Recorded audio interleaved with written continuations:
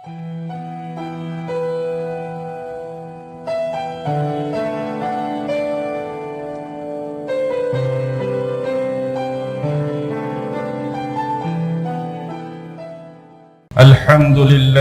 pada malam ini kita masih lagi diberi kesempatan dan keizinan oleh Allah Subhanahu wa ta'ala untuk sama-sama berkumpul di dalam ataupun di salah satu rumahnya masjid ini. Alhamdulillah. Dan mudah-mudahan sepanjang kuliah ataupun sepanjang ceramah kita pada malam ini, Allah senantiasa memberikan petunjuk dan hidayah, menurunkan rahmat dan barakah kepada kita yang sama-sama berada di dalam satu majlis, insya-Allah. Memandangkan esok kita dah nak masuk 15 Sya'ban dan beberapa hari lagi kita akan memasuki satu bulan yang amat ditunggu-tunggu oleh seluruh umat Islam.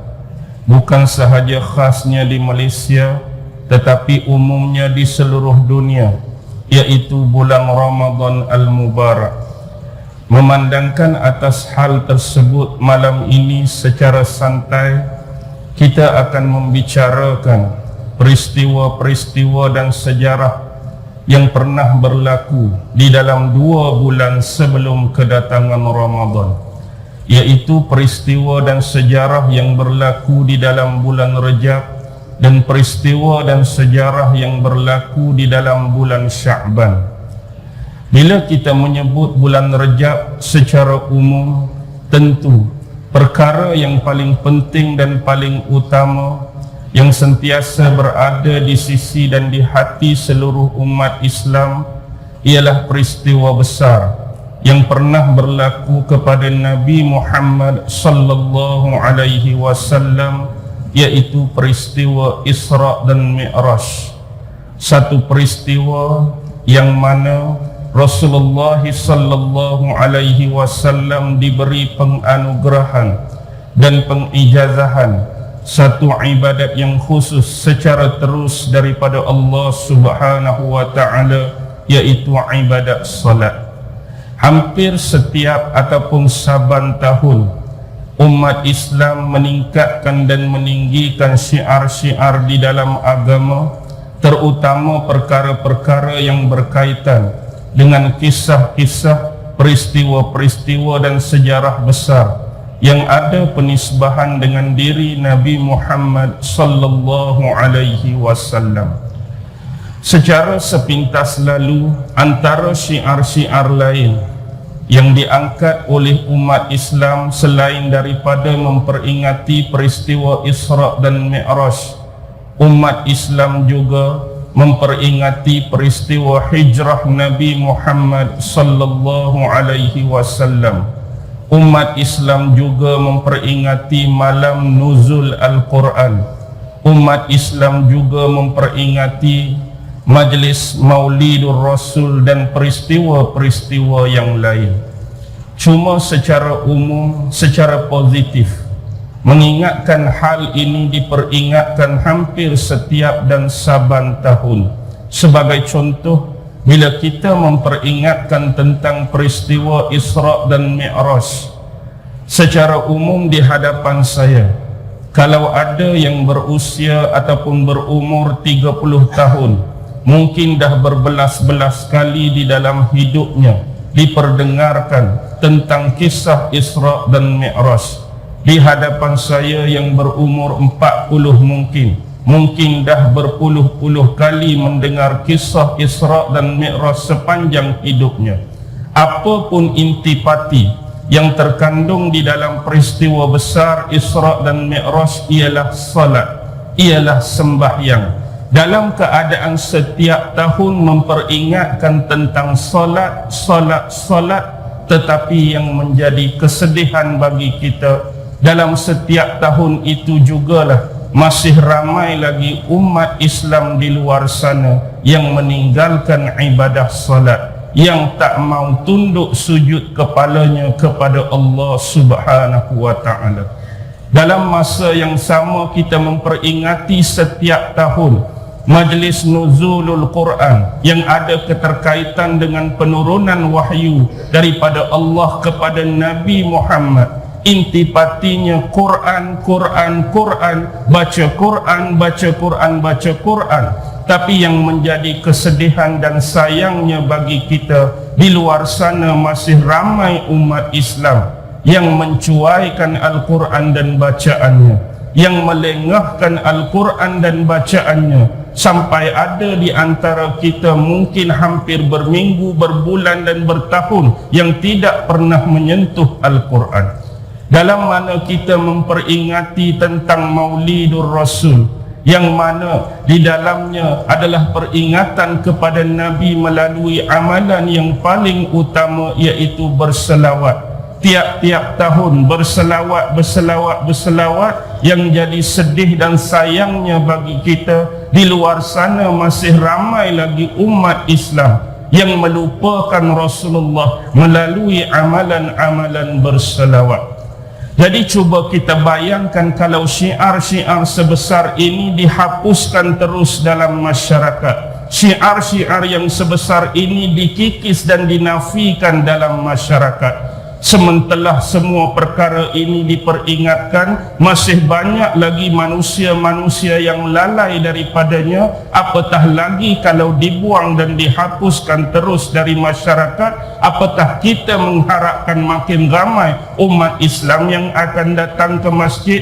Apakah kita mengharapkan makin ramai umat Islam yang akan berselawat? Apakah kita mengharapkan makin ramai umat Islam yang akan baca Quran? Apakah kita mengharapkan makin ramai umat Islam yang akan tundukkan dahi-dahi mereka sujud salat kepada Allah Subhanahu wa ta'ala? Kita tahu dalam kes ini, bila melihat kepada sejarah besar Isra' dan Mi'raj, untuk memperkatakan intipati di dalamnya, di antaranya adalah menceritakan tentang hakikat keberadaan dan kewujudan Allah Subhanahu wa ta'ala. Suatu perkara yang mustahil untuk dinafikan oleh mana-mana umat Islam, bahawa nak mengatakan Allah ni tiada, nak mengatakan Allah ni tak wujud, tak ada tempat, tak ada ruang, amat mustahil. Peristiwa ini juga membenarkan keberadaan dan kewujudan Allah Subhanahu wa ta'ala. Bila kita membicarakan dan menceritakan tentang kewujudan dan keberadaan Allah, ini adalah bukan sejarah. Ini bukan sejarah, tetapi membicarakan tentang Allah. Tetapi dalam ruang ringkup sejarah, kita harus memahami satu perkara. Bila yang menghuraikan, bila yang menceritakan, bila yang bagi penerangan, bila yang bagi pencerahan itu manusia, maka kita tidak akan terlepas dalam konsep ruang, waktu, tempat dan jarak. Maka inilah yang dikatakan bermulanya isu atau timbulnya sejarah. Tetapi perlu dibahagikan beberapa kriteria untuk kita memahami kisah ini dengan baik. Ada satu kumpulan, ada satu aliran yang mereka melimitationkan, mereka hadkan, mereka limitkan berkaitan dengan soal sejarah, dan ada kumpulan-kumpulan yang melampau-lampau sehingga memasukkan unsur-unsur sejarah biasa ke dalam unsur akidah.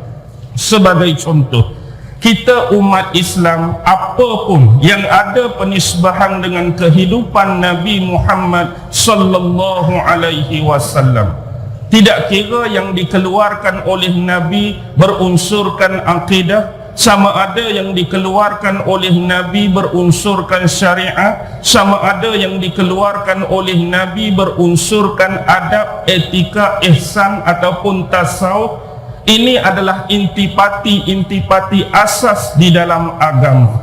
Dan kita juga perlu memahami dalam konteks fatrah kewujudan Nabi Muhammad sallallahu alaihi wasallam. Walaupun Nabi dah lama tiada, Nabi dah lama meninggalkan kita, Nabi dah wafat hampir 1400 tahun lebih yang lalu, tetapi yang tidak mati, yang tidak wafat, terus hidup selama-lamanya sampai hari kiamat, ialah benda yang dibawa oleh Nabi. Syariat yang dibawa oleh Nabi akan berlanjutan sampai hari kiamat. Akidah yang dibawa oleh Nabi akan berterusan sampai hari kiamat. Adab-adab, etika, ihsan dan tasawuf yang dibawa oleh Nabi juga akan berterusan sampai hari kiamat. Ini yang kita perlu faham dalam konteks agama kita. Tetapi bila membincangkan soal sejarah, ada satu golongan yang mana mereka hadkan dan limitkan isu sejarah ini dalam ruang lingkup hayat Nabi semata-mata. Kumpulan yang saya maksudkan ialah kumpulan etis dan aliran-aliran sekularis. Orang-orang etis sememangnya mereka menafikan Allah, mereka menafikan konsep ketuhanan, bahkan di kalangan mereka menafikan Nabi Muhammad sebagai seorang Nabi dan sebagai seorang Rasul. Muhammad ini adalah manusia biasa, sama level, sama tingkatan seperti kita. Dan kalau kita bertanyakan kepada beberapa golongan etis hari ini, masih ada kumpulan-kumpulan dan aliran mereka yang menerima tentang keberadaan Nabi Muhammad di pentas sejarah dunia. Mereka tak menolak Nabi Muhammad pernah dilahirkan di Mekah. Mereka tak menolak Nabi Muhammad membesar dalam masyarakat musyrikin jahiliyah. Mereka tak menolak Nabi pernah menerima wahyu. Mereka tak menolak Nabi pernah menerima Al-Quran. Mereka tak menolak perkara-perkara yang berkaitan dengan Nabi. Tetapi apabila ada hubung kait dengan ruang lingkup sejarah, bila saja berlaku kematian, kewafatan, kemangkatan baginda Nabi Muhammad sallallahu alaihi wasallam, seolah-olah apa yang dibawa oleh Nabi juga ada had dan limitation dia. Muhammad dah wafat, syariat dia juga berkubur. Muhammad dah wafat, akidah dan cara teologi yang dibawa olehnya juga berkubur. Muhammad dah wafat, ajaran-ajaran adab, ajaran-ajaran etika, tasawuf dan ihsannya juga berkubur. Sebab itu aliran-aliran sekularis hari ini bermati-matian cuba menolak syariat, terutama dari sudut hukum hakam dan perundangan Islam. Kita boleh lihat mereka cuba merancang sedaya upaya mereka agar setiap syariat-syariat Allah, agar setiap hukum hakam Allah, agar setiap undang-undang Islam ini tidak dapat diterjemahkan dan tidak dapat dijalankan oleh orang Islam itu sendiri. Dengan mereka memahami ruang lingkup sejarah hanya terhad dalam ruang lingkup kehidupan mati, kehidupan Nabi, dan dia berakhir sama dengan kewafatan Nabi Muhammad sallallahu alaihi wasallam.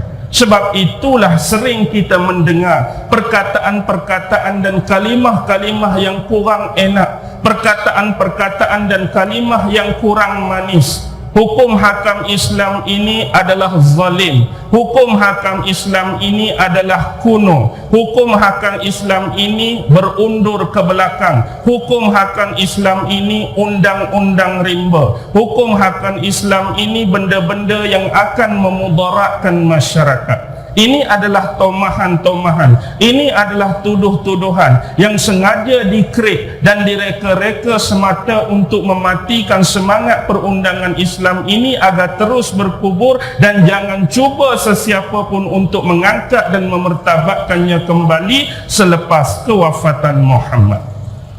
Dalam konteks yang kedua, kadang-kadang isu ni isu sejarah biasa, tetapi ada golongan dan aliran yang menjadikan isu ini sampai ke masuk dalam ruang akidah, sampai masuk dalam ruang keimanan.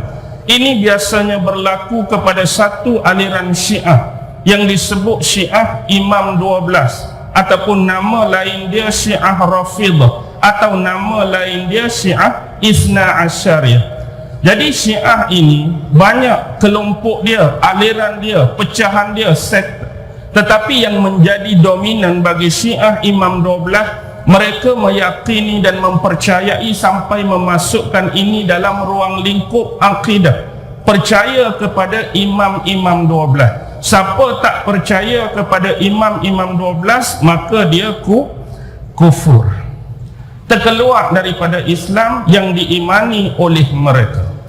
Bagaimana mereka nak melestarikan perkara ini sampai masuk dalam bab akidah? Lalu mereka mengada-ngadakan cerita sejarah yang berkaitan dengan Sayyidina Ali radhiyallahu ta'ala anhu. Bukankah ini jelas? Kalau kita lihat kepada peristiwa hijrah Nabi Muhammad sallallahu alaihi wasallam, tang perletakkan batu asas dua masjid, sama ada yang lebih awal Masjid Quba dan yang kedua ialah Masjid Nabawi. Waktu berada di Quba, waktu nak bina perletakkan batu asas yang pertama, nak bina Masjid Quba, Rasulullah yang letak bata yang pertama. Dia suruh Sayyidina Abu Bakar letak bata yang kedua. Dia suruh Umar letak bata yang ketiga. Dia suruh Osman letak bata yang keempat. Tetapi kita tahu dalam sejarah Sayyidina Ali adalah antara angkatan yang lewat, kerana dia membawa isteri dia sendiri.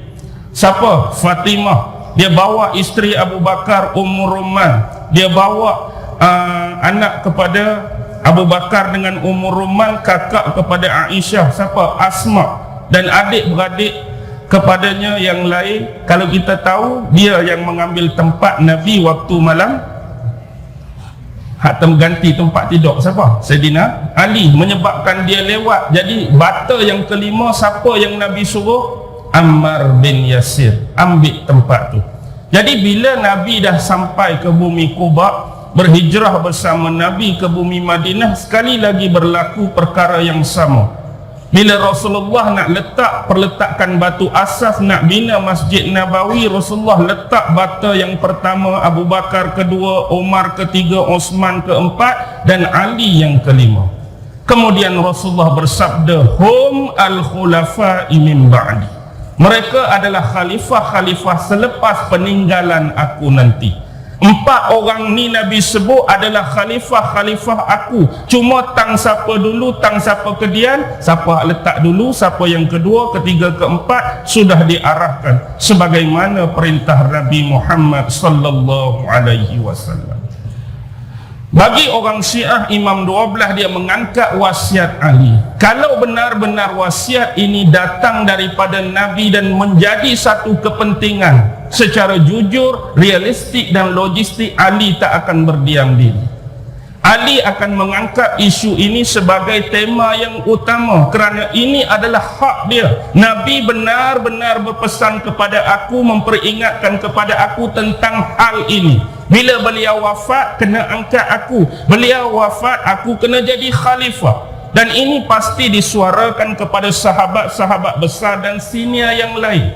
Tetapi Ali tidak membuat hal tersebut. Malah sepanjang pemerintahan 3 sahabat awal, Ali memberikan sokongan yang penuh kepada pemerintahan-pemerintahan pada zaman Abu Bakar, zaman Umar dan zaman Osman. Bahkan pada zaman Umar sendiri dia antara penasihat sahabat-sahabat senior yang utama. Pada zaman Utsman sendiri dia antara dengan anaknya Muhammad Ali Al-Hanafiyah, seorang anak daripada isteri yang lain selain daripada Fatimah. Yang ni dia duk jaga depan pintu istana khalifah sewaktu peristiwa pemberontak Borah cuba nak memfitnah Sayyidina Utsman. Hal ini kita memahami dengan cukup baik, dia cuma sejarah biasa. Tetapi dalam keadaan tu mereka memasukkan sejarah yang terjadinya khilaf di kalangan sahabat ini sebagai unsur akidah, sehingga meletakkan imam-imam 12 itu adalah perkara usul. Siapa tak percaya keluar dari Islam, siapa tak percaya kafir. Dalam isu ini kalau ditanyakan kepada kita, kita tidak pernah menolak. Imam 12 kita tak boleh nafi, mereka benar-benar wujud dalam pentas sejarah. Mereka benar-benar dilahirkan di dalam dunia Islam. Mereka adalah sahabat-sahabat Nabi. Mereka adalah anak cucu cicit Nabi. Mereka adalah ahlul bait Nabi. Kita tak pernah nafikan hal itu. Mereka adalah orang-orang yang baik dan saleh. tetapi tidaklah sampai ke peringkat nak menjadikan mereka itu sebagai salah satu daripada unsur akidah yang wajib diakidahi, wajib diimani dan wajib dipercayai. Ini yang pertama. Sebelum kita memasuki Isra' dan Mi'raj yang sebenar sebagai contoh, perlu kita melihat lataran sejarah yang berlaku, terutama yang disebutkan oleh ulama berkaitan dengan 3 ta. Apa yang dimaksudkan dengan 3 ta? Ta yang pertama ialah melibatkan harta, ta yang kedua ialah melibatkan wanita, dan ta yang ketiga melibatkan takhta. Sebelum benar-benar berlaku peristiwa Isra' dan Mi'raj, Rasulullah terlibat dengan harta, Rasulullah terlibat dengan wanita, dan Rasulullah terlibat dengan takhta. Maksud harta yang pertama ialah, kita tahu dalam sejarah bahawa Bani Abdul Muttalib dan Bani Hashim pernah melalui siri pemboikotan ekonomi. Ekonomi Bani Hashim dan ekonomi Bani Abdul Muttalib diboikot oleh pembesar-pembesar dan pemuka kafir musyrikin Mekah. Bukan sekejap, hampir 3 tahun. Waktu inilah Bani Hashim dan Abdul Muttalib mengalami penyiksaan, mengalami penderitaan, mengalami keperitan, mengalami kesedihan yang amat, sehingga menimbulkan kepada mereka lapar yang bersangatan, haus yang bersangatan, sehingga riwayat-riwayat dalam sejarah menyebutkan ada yang memakan pucuk-pucuk dan daun kayu, ada yang memakan akar-akar kayu, ada yang memakan sejenis rumput di bumi Mekah. Ini adalah satu benda yang amat berat yang pernah dilalui oleh Bani Hashim dan Bani Abdul Muttalib. Apabila hal ini bersangkutan dengan pemboikotan ekonomi, maka ulama menisbahkan atas harta. Ta yang pertama. Ta yang kedua, wanita, ialah peristiwa besar, Amul Huzn, tahun kesedihan kewafatan isteri yang paling disayangi dan dikasihi oleh Nabi Muhammad, yaitu Sayyidatina Khadijah binti Khuwailid Al-Asad. Beliau adalah seorang wanita daripada Bani Asad, yang mana sebelum berkahwin dengan Nabi, beliau pernah berkahwin dengan 2 orang lelaki. Jadi kahwin yang ketiga dengan Rasulullah. Sebelum ni dia seorang peniaga yang cukup dikenali dan disegani, seorang peniaga yang berkaliber. Namanya sentiasa menjadi mainan di bibir peniaga-peniaga dan masyarakat di Mekah. Yang akhirnya bila dia berkahwin dengan Rasulullah, hampir keseluruhan harta, aset-aset yang dipunyai Khadijah dikongsi dengan Rasulullah semata-mata untuk memenuhi hasrat Nabi, memperjuangkan pada jalan Allah Subhanahu wa ta'ala dan berjihad pada jalan Allah. Dialah wanita yang sentiasa berada di sisi Rasulullah, baik dalam keadaan suka dan baik dalam keadaan duka. Dialah wanita yang menenangkan Rasulullah sewaktu menerima wahyu yang pertama di Gua Hira. Dialah seorang ibu yang melahirkan 6 daripada 7 anak Rasulullah. 6 orang daripada anak Nabi itu dilahirkan melalui rahim suci dan mulia Khadijah, kecuali seorang, Ibrahim, dilahirkan menerusi Maryam Kiptiyah, yang dihadiahkan oleh Raja Mukaukis Mesir. 2 beradik, satu Maryam Kiptiyah, satu lagi Sirin. Bila sampai 2 orang ni kepada Nabi, Nabi ambil Maryam, dan Sirin ni Nabi hadiahkan kepada sahabat penyair beliau, Hasan bin Sabit. Inilah kematian orang yang paling dikasihi dan disayangi. Atas dasar tersebut, ulama menisbahkan kepada ta yang kedua, Nabi kehilangan wanita. Dan ta yang ketiga, takhta, ialah kematian seterusnya. Kematian seorang yang juga amat dikasihi dan disayangi Rasulullah, iaitu bapa saudara dia, Abu Talib. Abu Talib, pak saudara Nabi.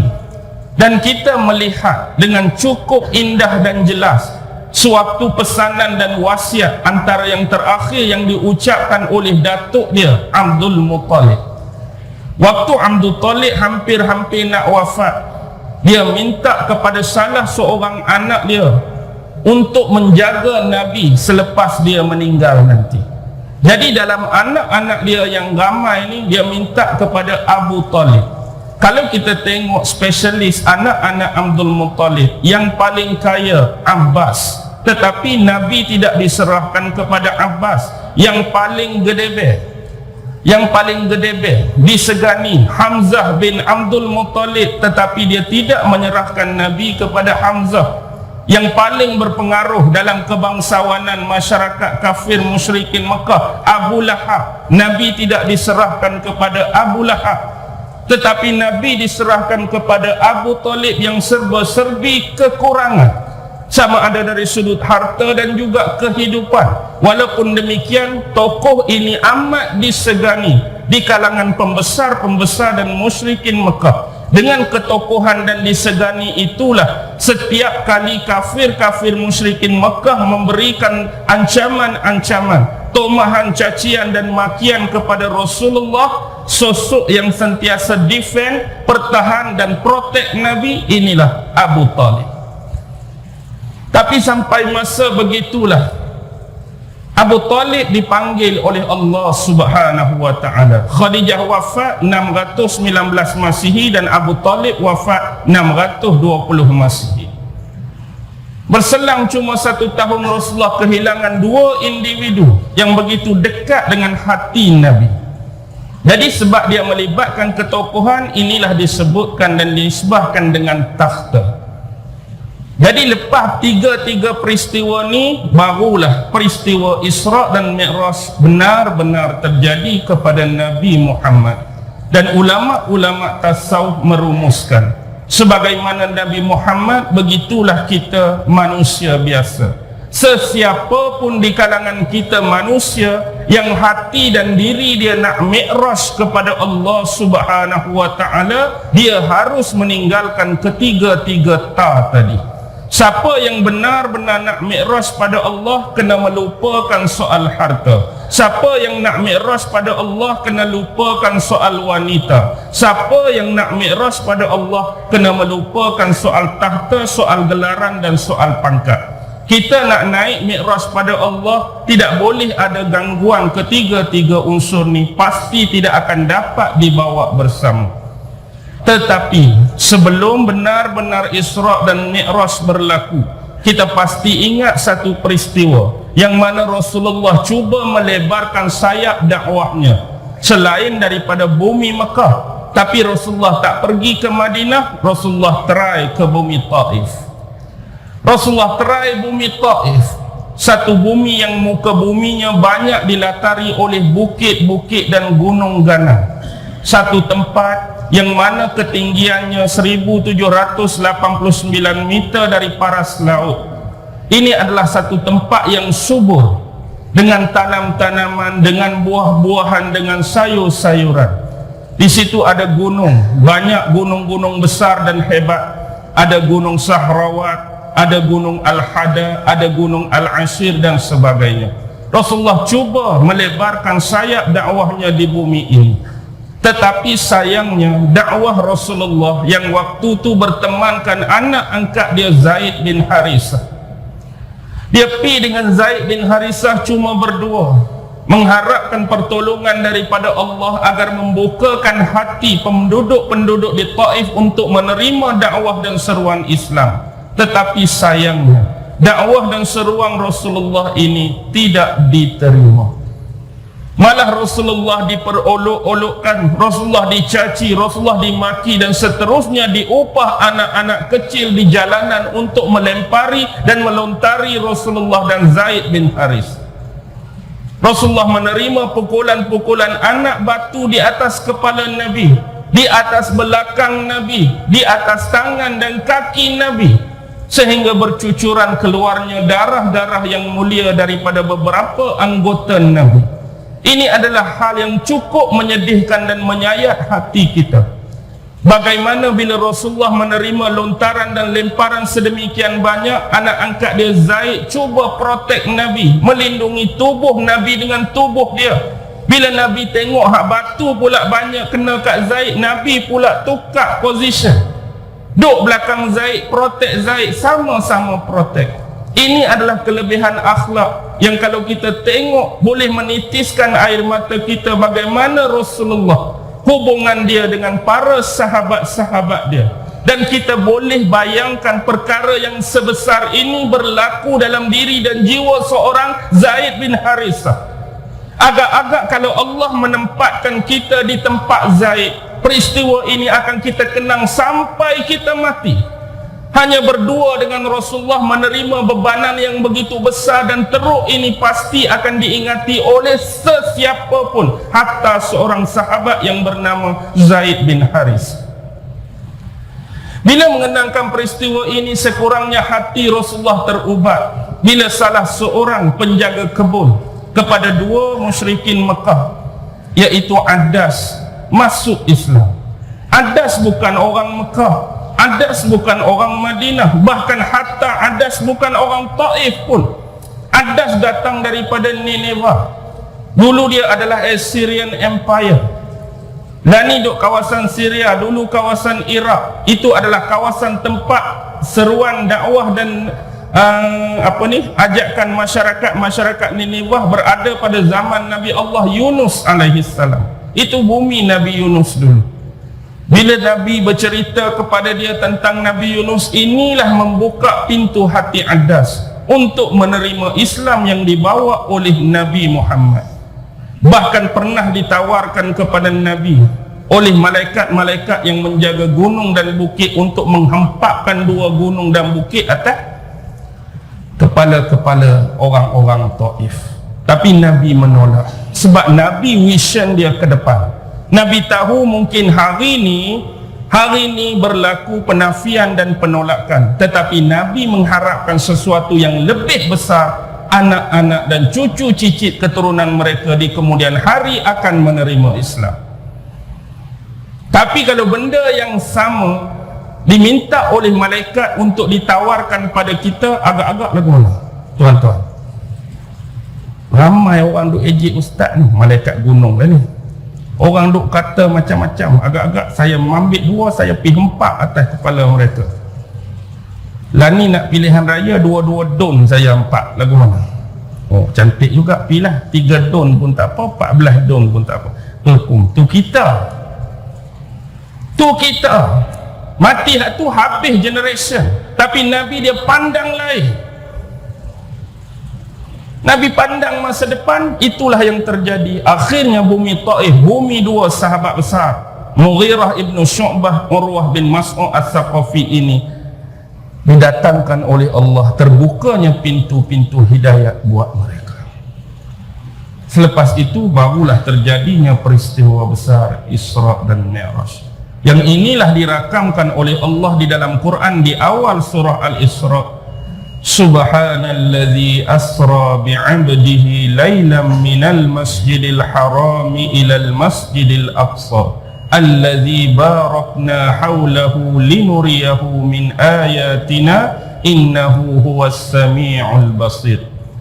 Ayat Al-Quran ini menceritakan tentang Isra, dan dalil yang menceritakan tentang Mi'raj ialah dalam surah An-Najm ayat 13 sampai ayat 18.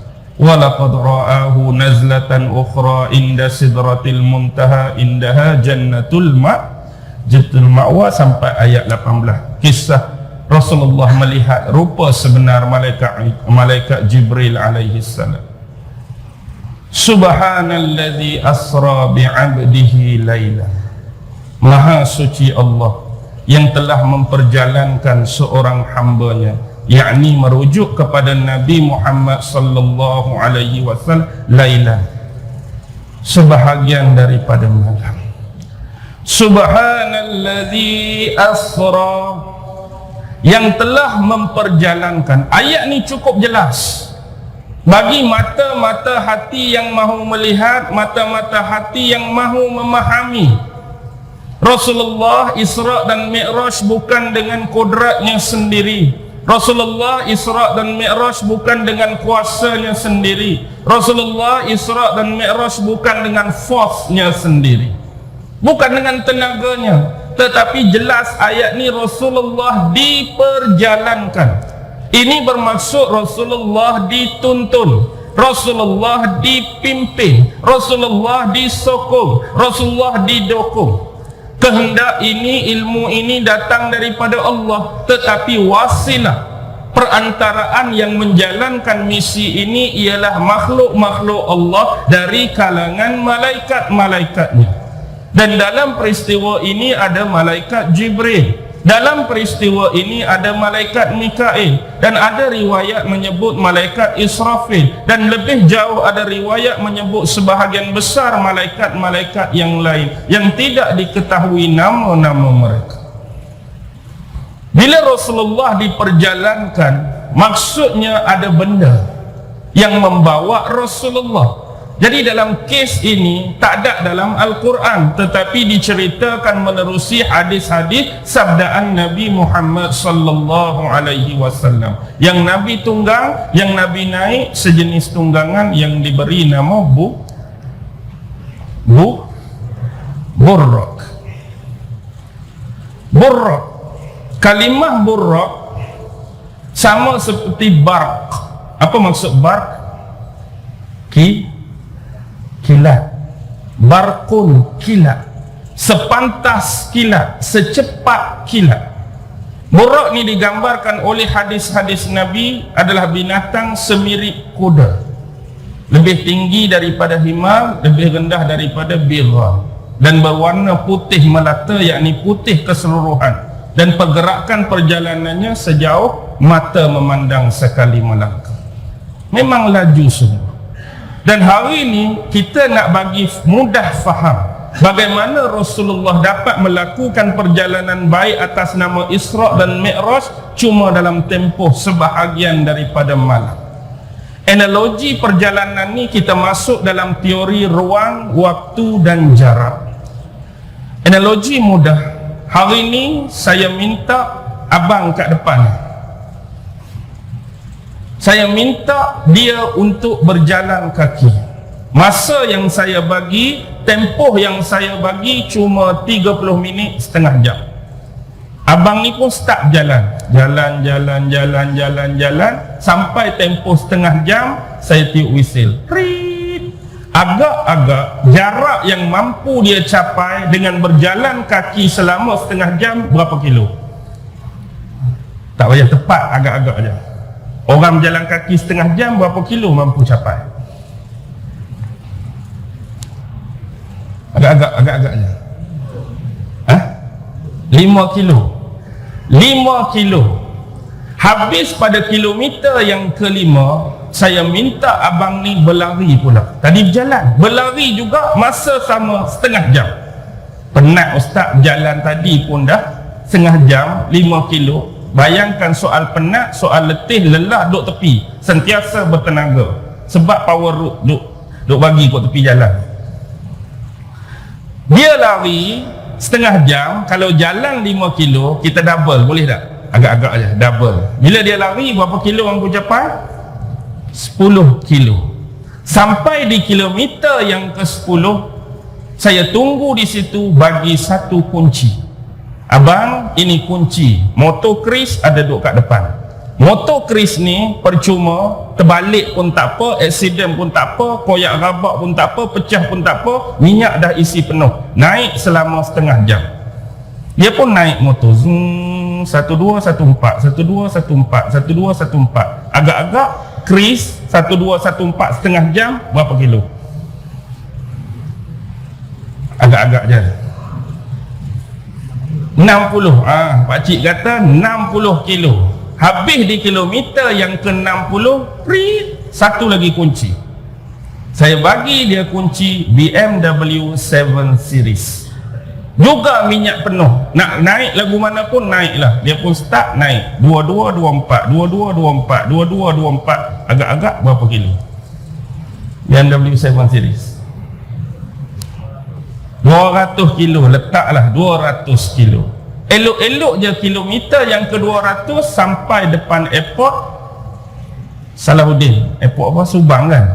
Okey, saya bagi ni tiket free untuk abang. Siap menanti. Satu seat naik Boeing 747-400. Dia pun naik 747-400, zoom setengah jam. Agak-agak berapa ratus kilo? Setengah jam.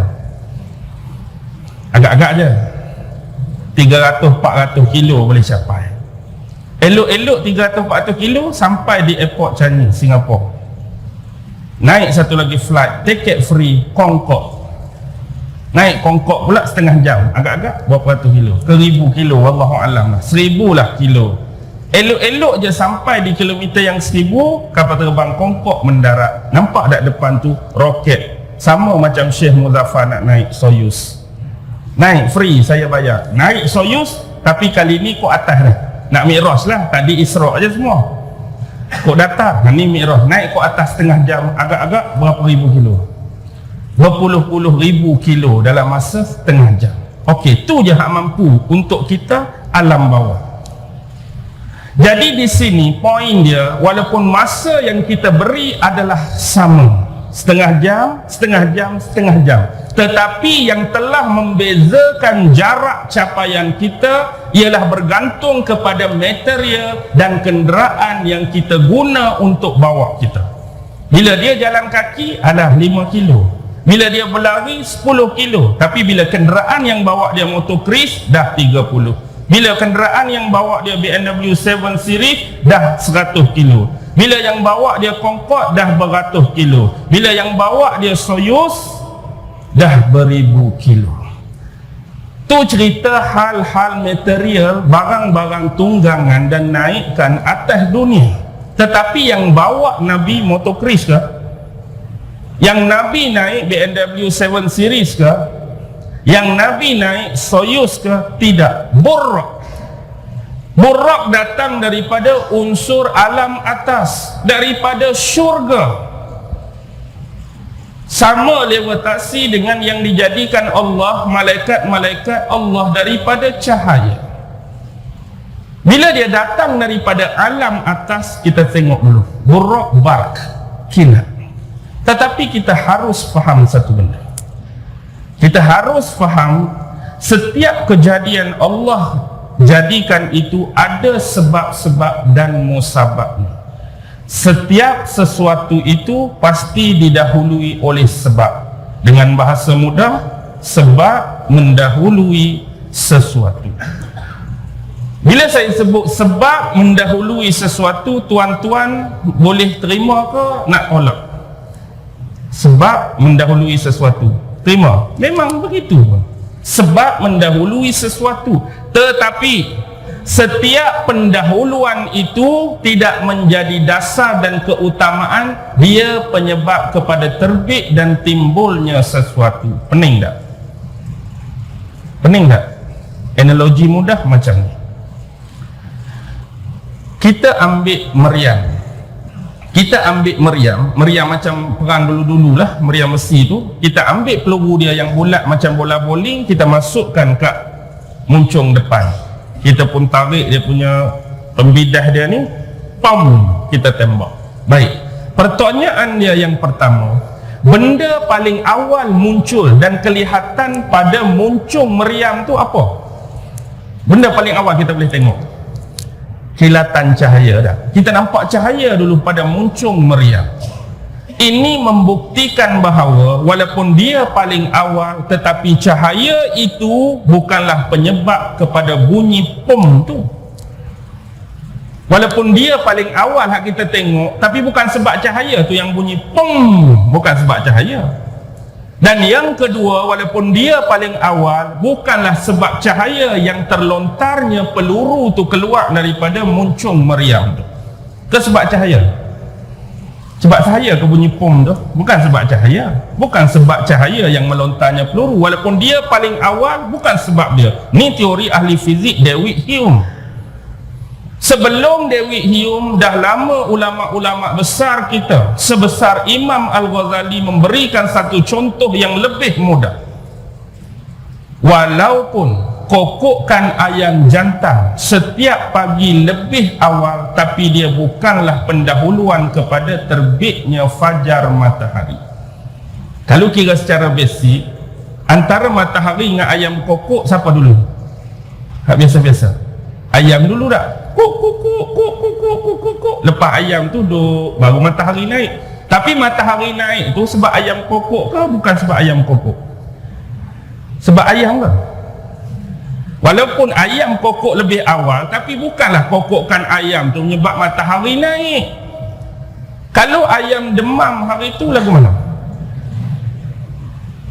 Aku demam, tak ada solok, stresor pun habis, buka peti, Panadol pun tak ada, tunggulah ada suara pukul 10, ayam pun berkokok pukul 10. Adakah matahari baru akan naik pukul 10? Dah.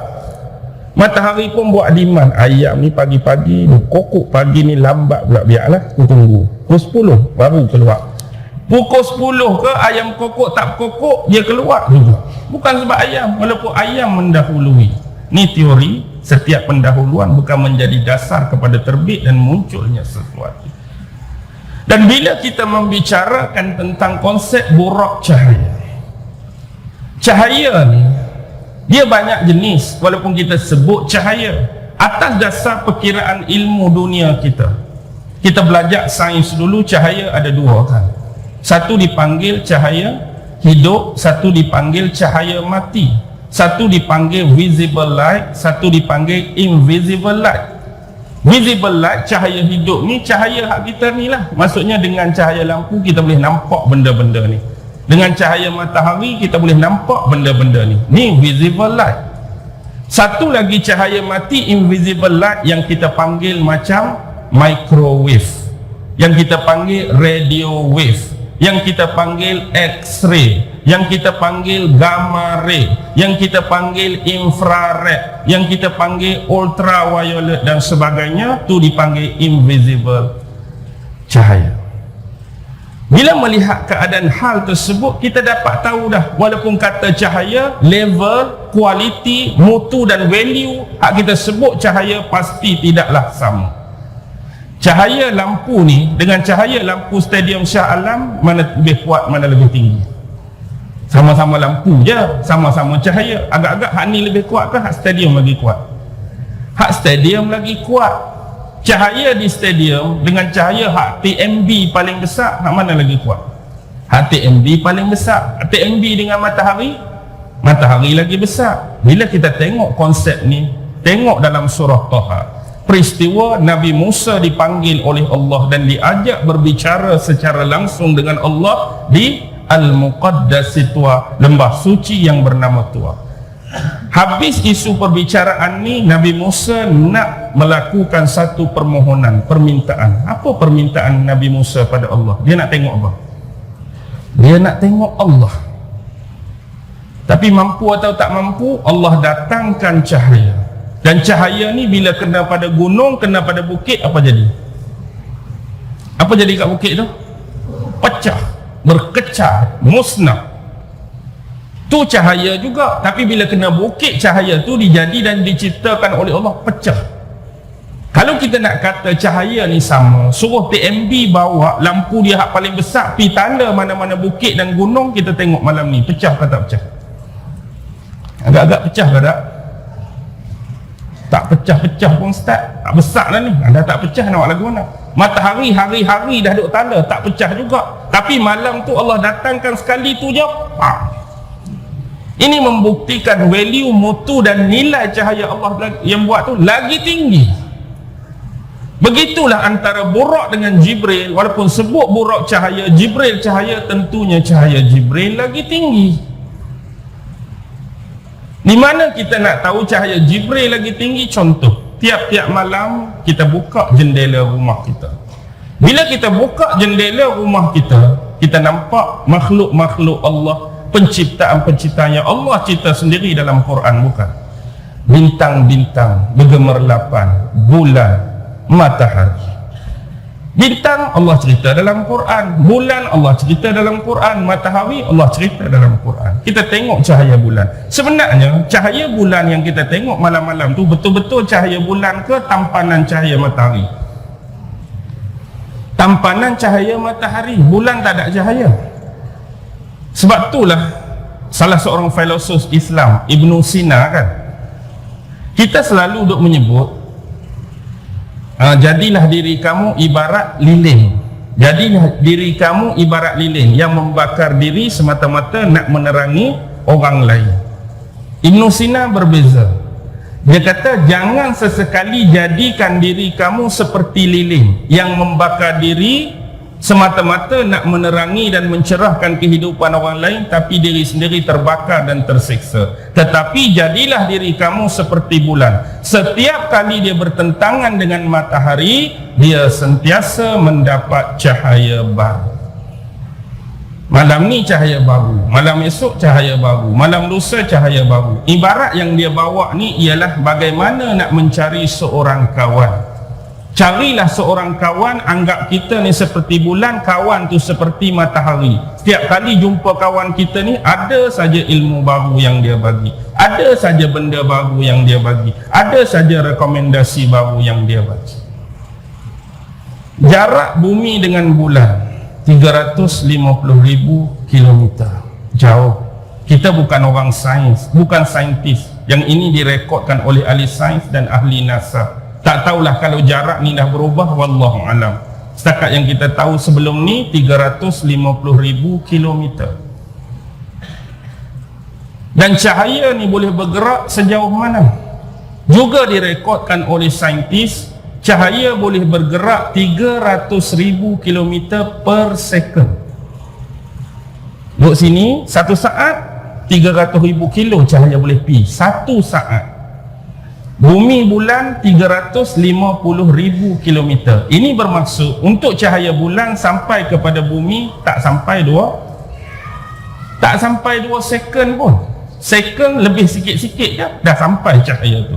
Itu bulan. Matahari, bumi matahari 150 juta kilo.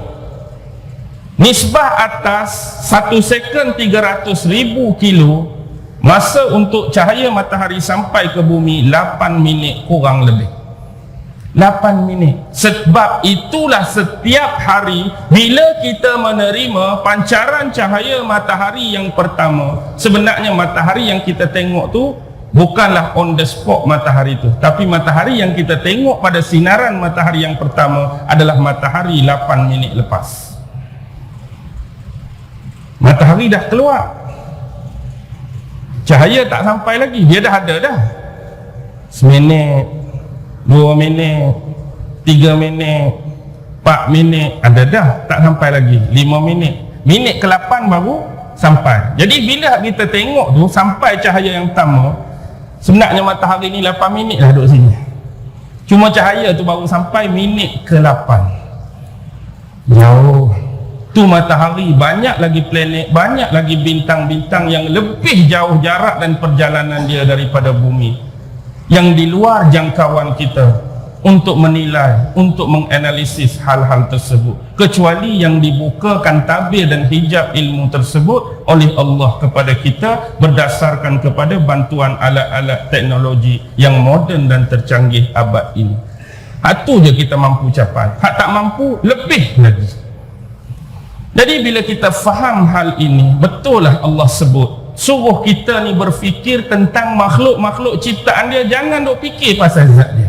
Hak ni pun kita kalah dah, hak ni pun kita rebah dah, hak ni pun kita tak mampu dah, lebih jauh jangan nak fikir pasal zat dia.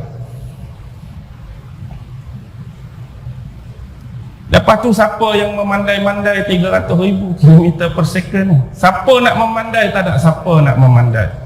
Cuma bila kita belajar sejarah perlu ingat 1983 di National Convention berpusat di Paris, Perancis, kumpulan saintis telah menyukat kelajuan cahaya yang sebenar, dan skala kelajuan cahaya tersebut diterima secara sebulat suara 1983 di National Convention. Satu saat cahaya boleh bergerak 299, 792, 458 km per second. 299, 792, 458 inilah dibundarkan menjadi 300,000 km per second. Itu cahaya biasa. Cahaya biasa. Burak berkemungkinan lebih lagi. Jibril, tengok surah Al-Ma'arij ayat yang keempat.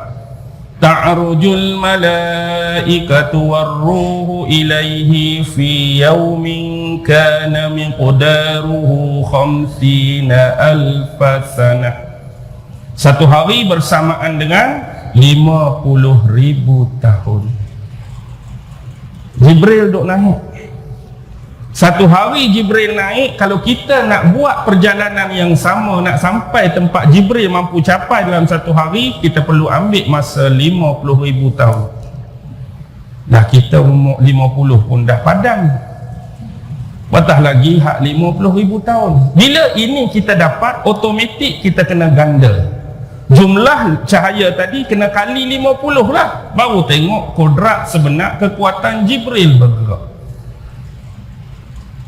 Jadi 299 tadi kena kali dengan 50, double 50, maka keputusannya 14,629,944 km per second.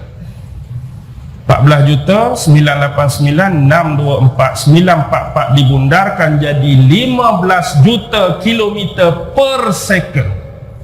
Kalau Allah bagi kodrat ni pada kita, terkelip mata satu saat 15 juta kilo, agak-agak tuan duk mana? Agak-agak tuan 15 juta kilo duk mana kita? Sedap-sedap. Weh, tadi dalam masjid apa ni, Haji Kamarudin ni tak ada orang apa ni, 15 juta kilo tak tahu. Tu satu saat, satu hari, boleh bayang dah setakut mana Jibril naik. Suatu yang di luar dugaan kita. Tapi yang jadi isu yang paling besar, telah dibuat kajian, barang siapa nisbah manusia yang bergerak sama laju dengan cahaya atau lebih daripada cahaya, objek tu akan jadi apa? Siapa-siapa orang ni, kalau dia lari, kalau dia naik apa pun, sama laju dengan cahaya atau lebih, apa akan jadi pada dia? Berkepai, bersepai, pecah, hancur, cedera, galak. Lepas tu Nabi terjaga, tubuh badan Nabi okey. Adakah Nabi balik Isra' dan Mi'raj sengit bau sebelah? Tak. Adakah Nabi balik Isra' dan Mi'raj habis melecur tubuh badan Nabi, kulit-kulit Nabi? Tidak. Setiap jisim yang bergerak sama dengan kelajuan cahaya akan berubah menjadi tenaga, dan tenaga ni bila kita tukar balik dalam bentuk jisim, dia akan jadi ghalat, kecederaan. Ambil mudah macam ni, kita beli sebiji bantal baru. Bantal tu ada berapa bucu tuan-tuan? 4 bucu. Pegang 2 bucu hak atas, jangan pegang 2 bucu hak bawah. Pegang 2 bucu hak atas, hayung sekuat tenaga. Bukan kelajuan cahaya, kelajuan kita je lah, kelajuan lengan kita je. Bila berhenti, agak-agak ke kabu tu sama macam mula-mula ke dah renyuk ke tepi ke kanan lah. Ke kabu tu okey, oh elok bantai ni, memang sama juga aku hayun pun. Bila lepas hayun, bucu ke kabu tu menghala ke pokok ni, ke kabu tu lebih pokok ni, hak ni jadi kepek. Tengok, bantai hak sekuat tangan tu pun dah ada ghalat dan kecatatan, apatah lagi kelajuan cahaya. Adakah perlu saya masuk teori twin paradox dengan annihilation? Bukan tempat, bukan masa.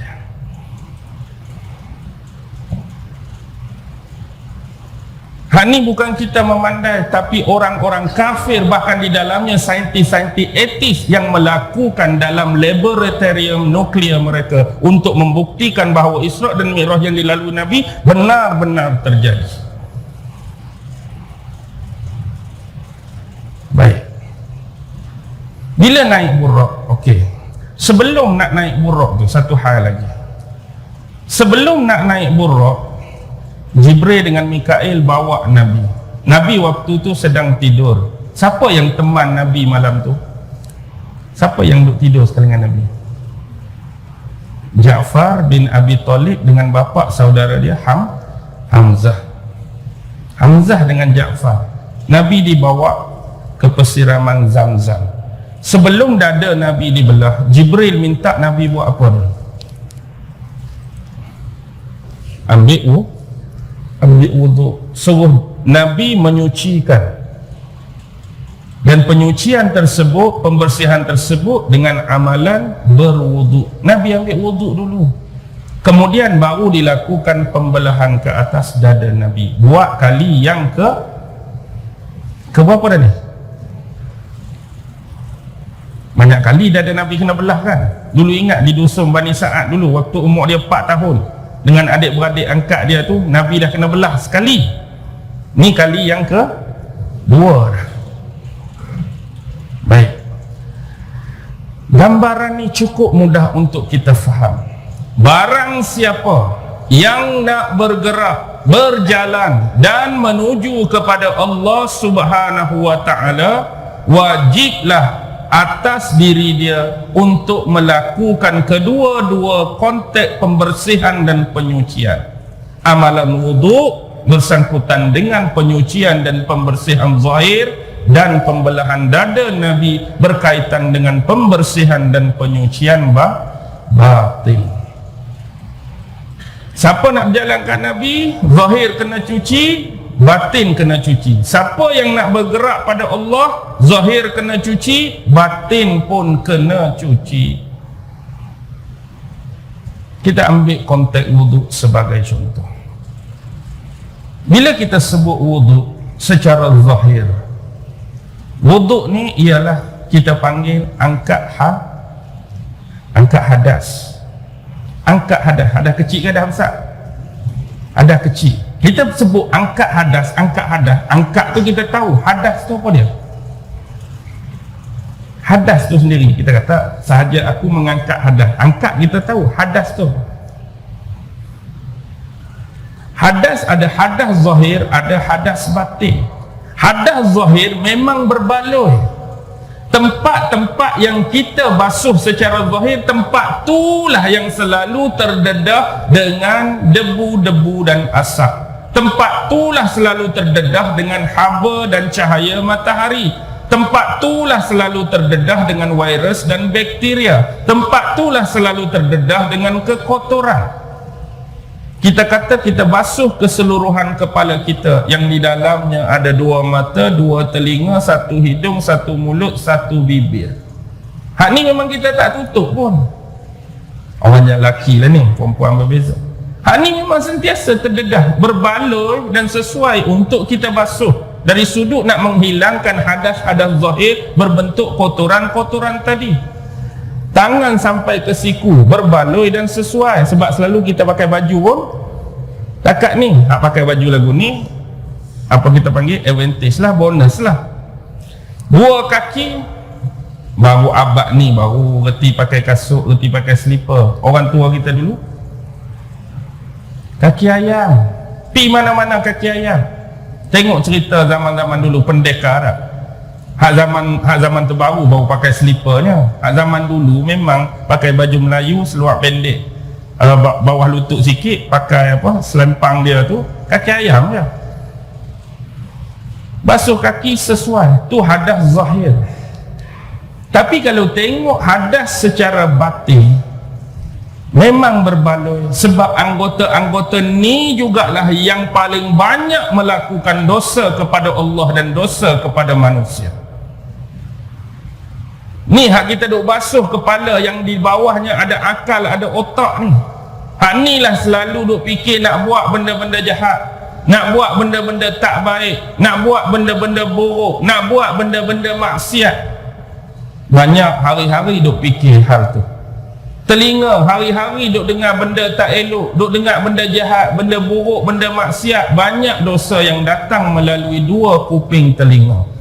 Mata, tak payah ceritalah, macam-macam kita tengok, macam-macam kita tilik, macam-macam kita tenung, macam-macam kita shoot.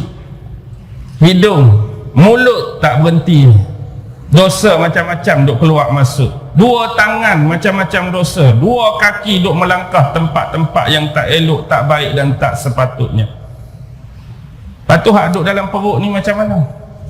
Hak dalam perut ni tak akan jadi kalau niat tak ada, tak akan jadi kalau tangan tak angkat ke mulut, tak akan jadi kalau mulut tak nganga, tak akan jadi kalau kita tak ngak nyam.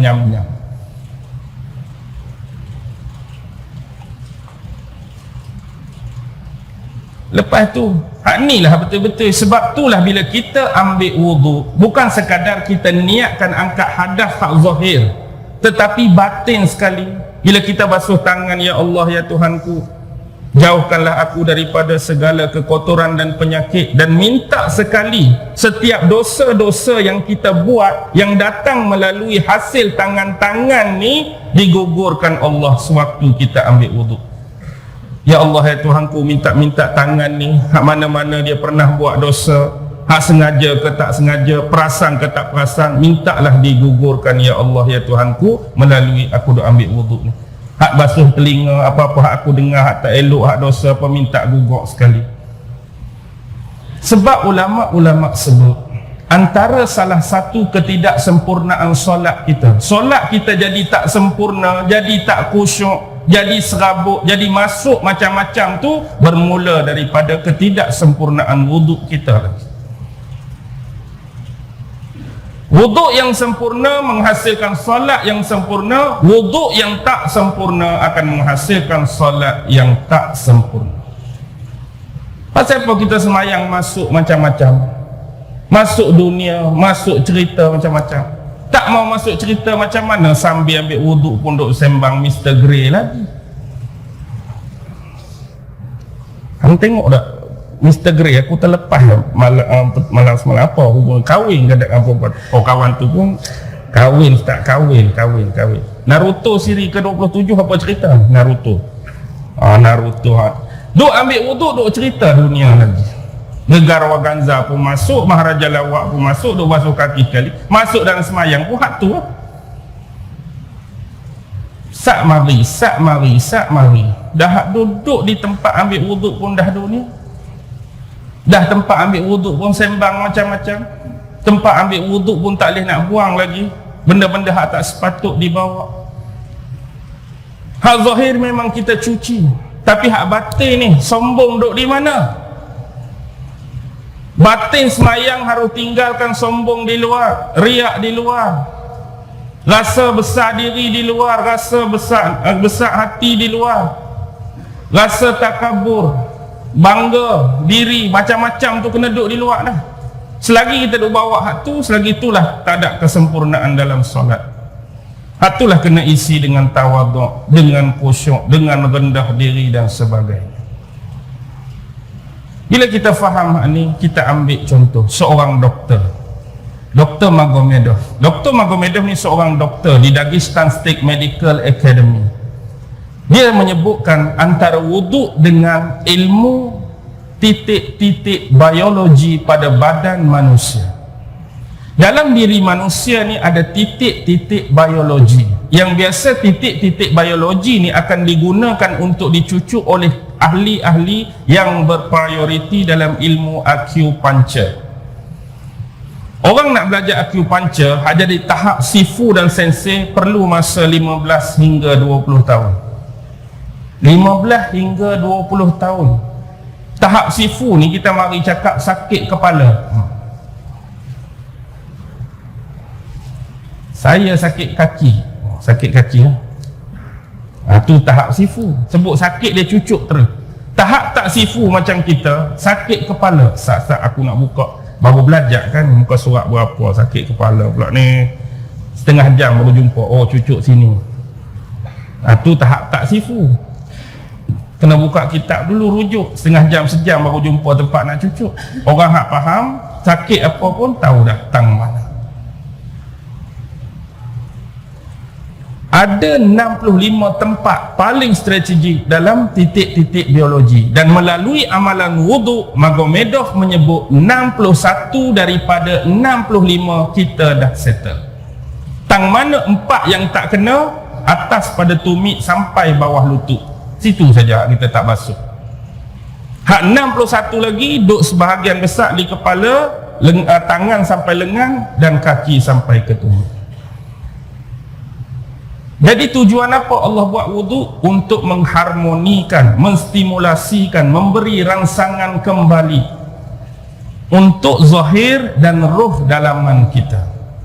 Dia mudah saja macam ni. Kalau kita tengok dunia kita yang zahir, antara laut dengan darat mana lebih banyak? Laut dengan darat. Laut. Persen dia 70 lebih, ini 20 lebih kan? Begitu juga alam semesta yang besar ini adalah duplicate, adalah photostat bagi kita alam yang kecil. Sama aja. Dalam tubuh kita sesungguhnya banyak unsur air atau tidak? Banyak unsur air. Dalam tubuh kita ni banyak unsur air. Bila banyak unsur air, setiap kali perlakuan ataupun peribadi kita yang bersalahan dengan arahan dan perintah Allah, dia akan mengeruhkan air-air tadi. Celaka kamu, keruh air. Bangsa kamu, keruh air. Jahanam kamu, keruh air. Perkataan-perkataan demikian, perbuatan-perbuatan yang sama waktu dengannya akan mengeruhkan air-air yang sememangnya berada dalam tubuh. Sebab itulah datang penyakit macam-macam. Pasal apa penyakit datang macam-macam? Kita sendiri yang mengeruhkan air tubuh kita dengan pelbagai dosa-dosa, maksiat dan kejahatan. Tapi kalau hari-hari, alhamdulillah, subhanallah, Allahu Akbar, la ilaha illallah, Allahumma salli ala sayyidina Muhammad, keruh ke jernih? Air tu akan jernih dan tubuh kita akan sentiasa sihat. Tak payah ceritalah doktor Jepun hak kaji pasal air, hak molekul air tu kita pun tahulah. Molekul air yang disumpah seranah, molekul air yang dicaci dimaki, bagaimana bentuk molekul air yang diucapkan kata baik, molekul air yang dibaca Quran cukup berbeza. Itu hak dalaman kita. Hari ni kadang-kadang sakit tak ada punca, sakit tak tahu apa. Kadang-kadang sebab apa? Sebab kita lah yang duk keruhkan air dalam tubuh kita. Okey. Sekarang ni Isra' dan Mi'raj. Baik. Isra' dan Mi'raj ada satu benda penting, iaitu antara vertical and horizontal. Selalunya kita jumpa di mana vertical dengan horizontal?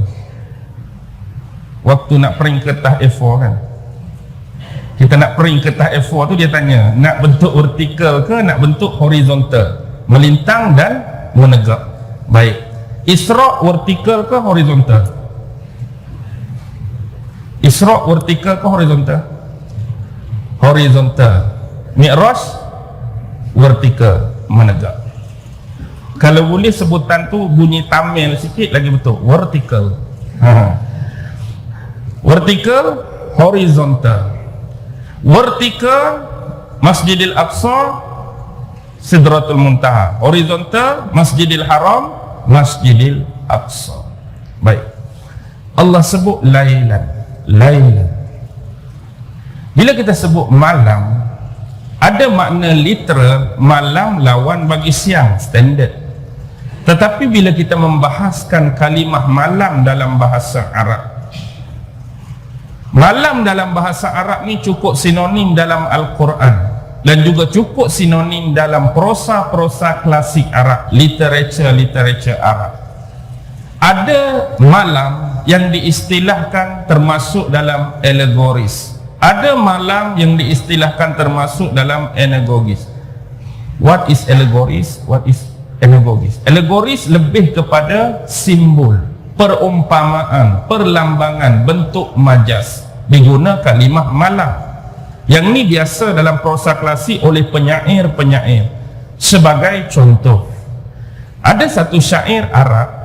Syair ni kisah pengantin baru, orang baru kahwin, memadu kasih, honeymoon. Jadi dia sebut apa? Ya lalilatul ya subhi kif, wahai malam minta dipanjangkanlah kamu, wahai subuh berhentilah kamu. Ini sesuai atau tidak untuk orang yang tengah honeymoon, tengah memadu kasih, tengah memadu cinta? Wahai malam, panjangkanlah masa kamu. Macam tak puas dah malam ada. Kalau boleh malam tu panjang, tak puas lagi dengan pasangan. Ya subhi kif, wahai subuh berhenti. Kalau boleh jangan keluar matahari. Habis subuh duk stop situ masa. Jangan berhenti, jangan berhenti. Jangan bagi pagi, jangan bagi matahari keluar. Tak puas lagi kami.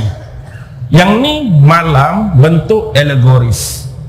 Biasa bentuk anagogis digunakan oleh ulama-ulama tasawuf, bentuk taraki, pencarian dan pendakian mereka menuju Tuhan. Hani syair Imam Syafi'i. Imam Syafi'i sebut apa? Man talabal ula syaharal layali. Barang siapa yang mendambakan dan menuntut martabat keutamaan di sisi Allah, maka hendaklah dia sentiasa berjaga malam. Siapa yang nak martabat dia, keutamaan dia diangkat di sisi Allah, kenalah melazimi berjaga malam. Berjaga malam sebut malam, tapi di sini lebih kepada kedekatan, akrab dengan Rabbul Arbab, wajibul wujud, Allah Subhanahu wa taala. Nah, tapi di sini poin paling penting, kenapa Isra' dan Mi'raj berlaku pada waktu malam, tidak pada waktu siang? Kalau nakkan pembuktian, nak suruh orang ramai percaya Isra' Mi'raj, aula keutamaan buat siang ke buat malam? Kalau memang nak suruh orang percaya, baik buat malam ke buat siang? Baik buat siang lah. Malam orang duk santai, malam orang duk tidur, malam orang duk lena. Kalau orang cerita pun aku tak tahu, aku tak nampak. Tapi kalau siang, contoh lepas subuh tu orang duk keluar masuk Masjidil Haram, duk tawaf ramai-ramai, orang pun masuk masjid, Jibril dengan Mikail pun baru turun, bawa burak sekali masuk dalam Masjidil Haram. Tak pernah nampak hang dua orang ni. Jibril lah ni, Jibril. Oh Jibril, hak ni pula siapa? Mikail. Ni burak. Nak pergi mana dua orang ni? Nak bawa Muhammad lah. Sagi nak bedah. Siapa nak tengok, mai tengok, aku nak bedah. Duduk situ, bedah. Ada siapa nak bohong lagi tak? Tak ada siapa nak nafi dah. Mereka dah boleh tengok Jibril, Mikail duduk tengah bedah Nabi, duduk cuci jantung Nabi, hati Nabi dengan zam-zam, isi hikmah, isi ilmu, isi mah. Semua orang nampak. Siapa lagi nak bohong? Siapa lagi nak mendustakan cerita ni? Sat lagi kami nak naik, nak naik tengok Nabi naik burak, aku nak terbang. Okey, 1, 2, 3 zoom. Percaya tak?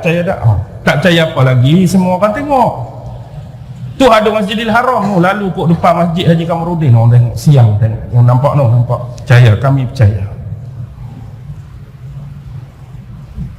Jangan anggap ni satu benda yang melucukan. Memang kalau nak suruh orang percaya, aula keutamaan buat di siang hari.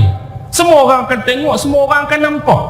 Sekurang-kurangnya tidak semua orang, peratusan yang nampak tu tak boleh berbohong dah. Maksudnya kalau kata aku tak percaya padahal dia tengok. Ni siapa nak cakap bohong ni? Nak melakukan pembohongan secara serentak yang semua orang tengok, sukar. Tapi malam, sebab benda ni benda keimanan. Benda keimanan. Sebab itulah bila terjadi Isra' dan Mi'raj, antara orang pertama yang Nabi habaq ialah sepupu dia, adik-beradik Ali, adik-beradik Ja'far, Ummu Hani. Bila Nabi cerita dekat Ummu Hani pesan dekat Nabi, wahai Muhammad, hak kamu cerita ni aku percaya, tapi aku minta pada kamu jangan cerita kat orang lain. Tolong jangan cerita kat orang lain. Sebab Ummu Hani dah tahu dah cerita macam ni, confirm orang tolak, confirm orang bantah. Tapi Nabi cerita juga. Antara yang awal Nabi cerita siapa? Abu Jahal ke Abu Lahab? Geng-geng dia lah. Nabi cerita apa dia Isra', apa dia Mi'raj. Isra' lagu ni, Mi'raj lagu ni. Abu Jahal dengan Abu Lahab pun berminat pula nak dengar tazkirah Nabi pagi tu dah. Sebelum ni duk lawan Nabi, ni Isra' Mi'raj. Sebab apa? Dia tahu ni peluang. Bukan peluang untuk membenarkan Nabi, bukan peluang untuk dia beriman, tapi peluang untuk menjatuhkan reputasi Nabi dengan membawa cerita kononnya Nabi berbohong dan berdusta, membawa cerita yang di luar akal dan logika serta realiti untuk membenarkan. Tak cukup dengan dia dua orang ni, panggil mai. Kenapa panggil tu? Sebab dia tahu benda ni boleh menjatuhkan Nabi. Satu benda yang sukar kita fikir kalau hari ni seorang tu tak pernah main masjid, tiba-tiba subuh pagi tu dia mari dengar tazkirah. Bukan kata dia seorang, mari semua dengar tazkirah, dia tak nak main pun. Pelik ke tak pelik? Hari tu sekali baru mari berminat dengan ustaz duk mengajar, lepas tu panggil orang, main ustaz ni duk mengajar. Bukan nak dengar sangat, nak menjatuhkan reputasi. Memang lepas peristiwa ni pecah tiga kan. Golongan yang pertama yang memang menafikan peristiwa ni totally, geng-geng Abu Jahal, Abu Lahab, musyrikin Mekah, semua tak mempercayai pun. Dongeng, khurafat, tahyul, fairy tale. Satu golongan. Yang kedua, atas pagar was-was. Ada orang Islam dalam ni sampai mereka murtad. Ada orang kafir, nak tolak pun tak berani, nak terima tak berani. Nak tolak tak berani. Why? Sebab Muhammad lahir di depan mata mereka, Muhammad membesar di depan mata mereka. Yang mereka kenal Muhammad tak pernah bercakap bohong. Sebelum ni Muhammad yang kami kenal kamu tak pernah cakap bohong. Kami pun pelik, takkan sekali ni kamu nak membohongi kami. Tak masuk akal lah sebelum ni kamu nak jaga reputasi dan kedudukan kamu, tak pernah cakap bohong. Kali ni kamu nak bercakap bohong dengan cerita Isra' dan Mi'raj. Kami nak tolak pun sebab kamu tak pernah cakap bohong. Nak tolak tak berani, nak terima, oh fantastik sangat cerita. Nak terima tu tak masuk akal sangat. Isra' Mi'raj satu malam, boleh payah kami nak terima ni. Bukan nak tolak sangat, nak terima cerita tu. Sebelum ni banyak dah hak pelik. Belah bulan dah pernah berlaku tak? Belah bulan dah berlaku. Pasal apa tak boleh tolak? Penyaksi dia ramai. Mukjizat Nabi sebelum ni pasal apa tak boleh tolak? Penyaksi dia ramai. Tapi mukjizat kali ni Nabi seorang je. Kalau lah dikatakan bawa sahabat seorang pun okey lah. Siapa belakangku? Saidina Umar ke? Siapa belakangku? Ali ke? Kau turun betul semalam aku murah. Jadi Nabi tu ada kekuatan. Ni Nabi seorang. Ni yang jadi sukar tu, penyaksi tu tak ada. Jadi dia pun tuduh Muhammad boleh cerita macam-macam lah. Sebab dia seorang, dia dengan Jibril je. Dia nak cerita tu ke, cerita ni ke, syurga ke, neraka ke, dia boleh cerita. Kita dengar je telopong. Dia boleh bohong macam-macam. Yang ketiga, pendekatan imani Saidina Abu Bakar. Kalau Muhammad yang khabar, Muhammad yang cerita, Muhammad yang khabarkan, bukan kata Isra' Mi'raj, bahkan lebih daripada ni pun aku percaya dan membenarkannya. Adakah anda ingat kalau dulu ada 3 kelompok, hari ni kelompok ni dah menyusut 3 jadi 2, ataupun 2-2 dah hilang, semua orang percaya, ataupun masih kekal 3 lagi sampai hari ni? Kekal 3 lagi ke? Dah kurang 2 ke? Dah tak ada 2, tinggal 1? Semua orang percaya cerita ni, atau masih kekal 3? 3-3 duk ada lagi. Hak memang orang kafir tu totally tolak. Tak masuk akal. Sebab mereka dah didedahkan dan dibesarkan dengan teori rational science. Hak perlukan kepada pembuktian dan fakta, pemberlukan kepada observation dan experimental. Memang untuk membenarkan bukti-bukti dan fakta sains, observe dapat, eksperimen dapat. Tetapi untuk mengilmiahkan Isra' dan Mi'raj dari sudut saintifik tidak akan mungkin sesekali melalui observation or experimental. Why? Sebab Isra' dan Mi'raj tak akan pernah berulang buat kali yang hanya 1 kali sahaja. Tak akan ada Isra' Mi'raj kali kedua untuk di-observe. Tidak akan ada Isra' Mi'raj kali yang ketiga, keempat untuk dieksperimenkan. Cakap kasar seolah-olah kalau kita berdoa seluruh umat Islam minta Allah hidupkan balik Nabi Muhammad dan turunkan kembali Buraq dan Jibril untuk dipertontonkan kepada yang tak mau percaya. Sekarang tengok betul, ambil gambar, videokan, rekodkan, dokumentasikan. Oh, betul sungguh. Berlaku atau tidak?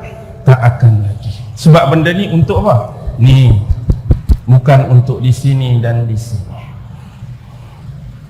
untuk diimani dan dipercayai. Walaupun tak berlaku zaman kita, bila Nabi cerita penisbahan atas diri Nabi, semua duduk sini.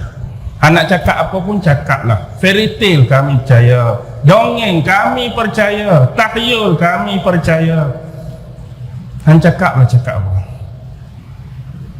Tapi satu jawapan yang saya tak mampu jawab sampai hari ini tentang buruk. Dan saya sentiasa sebutkan benda ni kepada orang. Moga-moga satu masa saya dapat jawapan dia. Macam ni. Sebelum legenda buruk dalam Isra' dan Mi'raj, kita tahu sebelum Islam dah ada tamadun-tamadun yang besar, agama-agama lain yang lebih awal. Terutama cerita mitos tentang binatang bersayap yang ada sayap terbang. Dalam agama Yahudi dan agama Kristian ada binatang yang nama syeruk. Binatang yang nama syeruk, dalam the book of Ezekiel ada sebut syeruk. Pasal ke-9 ayat yang ke-3. Dalam the book of Genesis sekali lagi syeruk disebut, pasal ke-3 ayat yang ke-12. Syeruk ni ada yang sebut sampai 4 macam. Kepala burung hulam ada sayap, kepala orang ada sayap, kepala singa ada sayap, kepala lembu ada sayap. Ada kata dia ni sejenis malaikat yang lebih tinggi daripada Gabriel. Gabriel ni siapa? Jibril. Dia ni malaikat-malaikat penanggung arash, syeruk. Dan gambaran syeruk ni duduk atas the Ark of Covenant. Apa dia Ark of Covenant? Peti tabut sakinah. Peti tabut sakinah orang Yahudi yang hilang tu kan, atas peti tu ada tak? Macam orang bersayap, duk saling hadapan. Itulah gambaran syeruk. Ada kata binatang, ada kata malaikat. Biarlah, maksudnya legenda dan mitos binatang ni, kepala binatang ada sayap terbang, dah ada lebih awal. Dalam tamadun Mesopotamia ada binatang lamasu, kepala lembu, telinga lembu, tubuh muka orang, tubuh lembu bersayap, boleh terbang, ada. Dalam legenda Yunani ada kuda Pegasus. Dalam banyak-banyak kuda Pegasus lah yang hampir sama dengan buruk. Kuda Pegasus pun putih, cuma buruk sayap duduk di mana? Duduk di paha. Kuda Pegasus duduk atas belakang ni, dia punya sayap cuma lebih. Pegasus ada apa? Ada tajam kat depan bukan? Kita panggil kuda unicorn. Orang zaman lebih tua pada saya dulu, bedak ke apa dah, nama Hazelin Snow, ingat tak? Siapa ingat Hazelin Snow? Pakcik tak ingat? Siapa ingat? Ada satu bedak ke jenis macam deodoran ke? Hazelin Snow tu ada gambar kuda tu kan? Kau seorang pun tak ingat Hazelin Snow ni? Kutikura ingat? Kutikura. Kutikura pun tak ingat. Hak bedak kopi merah tu, budak kopi merah. Pakcik ingat kot budak kopi merah, budak gatal, budak kecil. Mengembalikan nostalgia dah. Baik, selalunya ada dalam apa? Kulit album kromok kan? Album kromok mesti dia tak tinggal kuda unicorn ni, apa saja album. Okey, kuda Pegasus ni dia ada dua riwayat. Satu riwayat dia adalah milik Zeus. Siapa Zeus? Tuhan orang Yunani, Zeus. Satu hari Zeus ni turun ke bumi, dia terpikat dengan wanita cantik. Tuhan turun ke bumi, tengok perempuan cantik, terpikat, berzina dengan perempuan tu, lahir anak luar nikah nama Perseus. Perseus ni anak luar nikah Zeus. Zeus naik atas. Satu hari ada makhluk jahat nama Medusa. Medusa ni watak perempuan, atas rambut dia ni ada ulat banyak. Tu Medusa. Kalau dalam kita Nusantara, Nyi Roro Blorong lah. Betul? Nyi Roro Blorong ada rambut. Anak angkat, anak murid kepada Nyi Roro Kidul, Ratu Laut Selatan tu. Kau tak kenal? Ada orang Jawa sini, orang Indon. Tahu kan? Jadi Perseus guna kuda Pegasus pi bunuh Medusa. Satu lagi Bellerophon. Bellerophon ni ketua admiral bagi Zeus, nak bunuh binatang nama Chimera. Chimera ni suka makan orang. Turun ke bumi duk makan orang. Jadi Bellerophon guna Pegasus nak bunuh Chimera. Tu hal tu. Kuda Griffin Yunani. Rusa terbang Santa Claus. Semua orang tahu. Yang jadi isu macam ni, bila semua mitos tadi diajukan pada kita, kita sebut semua benda tu tahyul, mitos, legenda, khurafat, fairy tale. Tapi bila untuk buruk kita nak suruh orang percaya. Nak suruh percaya, orang pun akan kata benda sama. Buruk, mana bukti? Fairy tale. Buruk, tahyul. Buruk, khurafat. Jadi tuan-tuan, ada tak jawapan untuk bantu saya nak membenarkan hak kita, nak menolak hak mereka? Susah ke senang tak? Oh, tang agama kami, legenda kami hang nak kata fairy tale macam-macam. Bila tang buruk nak suruh beriman, nak suruh percaya. Sama je, mana bukti buruk, mana gambar buruk, mana lakaran buruk, mana imajinasi buruk, sama saja. Nak jawab macam mana tuan-tuan? Nak jawab macam mana? Agak payah kan? Memang payah, saya tak ada jawapan. Tapi saya cuba cerita benda ni, harap-harap adalah Allah hantar siapa-siapa untuk pecahkan isu ni. Saya tak nak jawab. Memang payah. Sebab benda ni tak berlaku depan mata hatta sahabat pun. Hak hidup zaman Nabi dipertontonkan buruk, dilihat buruk, ditengokkan buruk, tak ada. Jadi kita tak boleh nak. Sebab tu kata ni hak Abu Bakar lah. Sinilah, marilah lagu mana buruk aku percaya. Tapi yang jadi payah orang belah sana lah. Nak suruh kami percaya hak hang. Hak kami kamu tolak. Hak kami macam-macam, hak hang lah hak betul.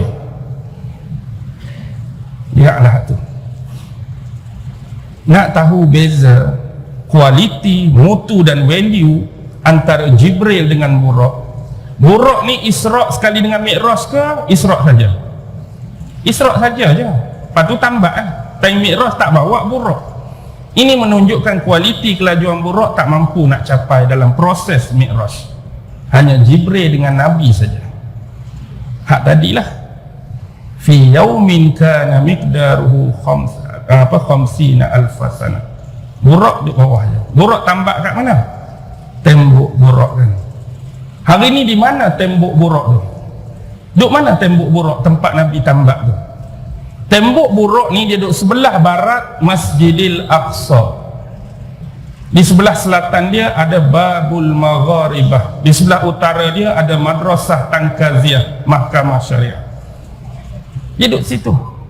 Sebenarnya tempat Nabi tambak Buraq itulah hari ini dikenali sebagai Wailing Wall, tembok menangis, tembok ratapan. Yang dulu dia milik orang Islam, lah ni dah jadi milik orang Yahudi. Dulu masa penguasaan Islam atas toleransi agama, penguasa-penguasa Islam bagi kelonggaran orang Yahudi pi situ, sebab dia dakwa di situ ada sisa-sisa saki-baki bangunan kuil mereka yang runtuh buat kali kedua. Dulu kan Israel kena serang banyak, Assyrian Empire serang, Bukhtansa serang, Maharaja Necho dari Fir'aun Mesir serang, Maharaja Nero daripada Yunani serang, hancur. Jadi mereka dakwa tembok ratapan tu adalah sisa-sisa daripada kuil runtuhan mereka buat kali yang kedua pada zaman Herodes. Jadi disitulah Nabi tambak Buraq. Sebab tu mula-mula pi situ saja untuk mereka kenang, mereka ingat. Lepas tu dia buat perangai lah Yahudi ni. Tak cukup dengan pi saja, mereka bawa trompet siap pula. Pi duk peng situ, duk main hak tu, duk main hak ni, marahlah orang Islam. Maka berlaku revolusi. Kalau kita baca sejarah, revolusi Buraq berlaku 1929 di Palestin. Bukan revolusi bersenjata, revolusi itu revolusi ni, revolusi Buraq. Sebab kes ni berlaku di tembok Buraq. Marah sebab orang Yahudi duk bawa alat macam-macam dah, menambah-nambah dah, duk buat ritual kat situ. Jadi penangguhan pengyahudian kawasan tu terhenti sampailah 1967 baru mereka bantai balik. Pop Kristian yang pertama happy berdoa di situ 2000 Pop Yohanes John Paul II lah. Pop sebelum ni tak pernah sampai. Hak first John Paul II tahun 2000, dan dia minta maaf kepada Yahudi kerana zaman Kristian memerintah dulu banyak melakukan pembantaian terhadap orang-orang Yahudi. Waktu Nabi Mi'raj juga 9.30 ni. Tak apa kau masjid sini. Nama orang kata ustaz lebih-lebih awak suruh sejam, dia nak 2 jam. Tak ada, saya tak ada masalah. Nak suruh berhenti lani pun boleh. Kau nak habis sikit Boleh ke Ustaz? Kalau Ustaz nak semayang dah? Tak ada, okey. Naiklah Mi'raj kita kata. Sebelum naik Mi'raj tu, hak Nabi Isra tu, Nabi ada berhenti mana-mana tak? Nabi ada berhenti mana-mana tak? Dari Masjidil Haram ke Masjidil Aqsa tu ada berhenti tak? Hak ni khilaf. Kalau hak berhenti tu ada cuma satu hadis dalam hadis Imam Nasa'i. Cuma Imam Nasa'i sendiri pun diperselisihkan sebab ada salah seorang perawi dia tu, Amru bin Hisham tu dipermasalahkan. Memang ada cerita Nabi berhenti di mana? Di bumi Taibah, tempat dia bakal berhijrah. Berhenti di Bukit Tursina, tempat munajat Nabi Musa. Berhenti di Bait Laham, tempat lahirnya Nabi Isa. Tapi kalau kita perhati tiga tu, dia adalah komponen utama agama Samawi. Bumi Taibah cukup sinonim dengan Islam Nabi Muhammad. Bukit Tursina cukup sinonim dengan keyahudian Nabi Allah Musa. Dan Baitul Laham cukup sinonim dengan kenasranian Nabi Allah Isa. Tiga agama besar. Dan di sinilah Rasulullah dipertontonkan dengan gambaran-gambaran pelaku-pelaku daripada amalan-amalan manusia, balasan. Mula-mula Nabi tengok apa? Nabi tengok orang duk tanam, bercucuk tanam. Kemudian baru habis tanam, start keluar dah. Menuai, habis menuai, keluar lagi, menuai, keluar lagi. Ni balasan untuk siapa? Balasan untuk siapa ni? Untuk manusia-manusia yang berjihad pada jalan Allah. Berjihad fi sabilillah. Nabi pi lagi, tercium bau aroma yang cukup wangi daripada perkuburan Masyitah. Siapa Masyitah? Tukang sisir Firaun bersama dengan ahli keluarganya, suami dan anak-anak yang mereka mati dulu kerana mempertahankan akidah di hadapan penguasa yang zalim dan pernah mengaku sebagai Tuhan. Nabi jumpa manusia yang ambil batu ketuk atas kepala, pecah kepala, elok balik, ambil batu lagi, pam lagi, elok, ambil batu lagi, pam lagi. Ni untuk dosa apa?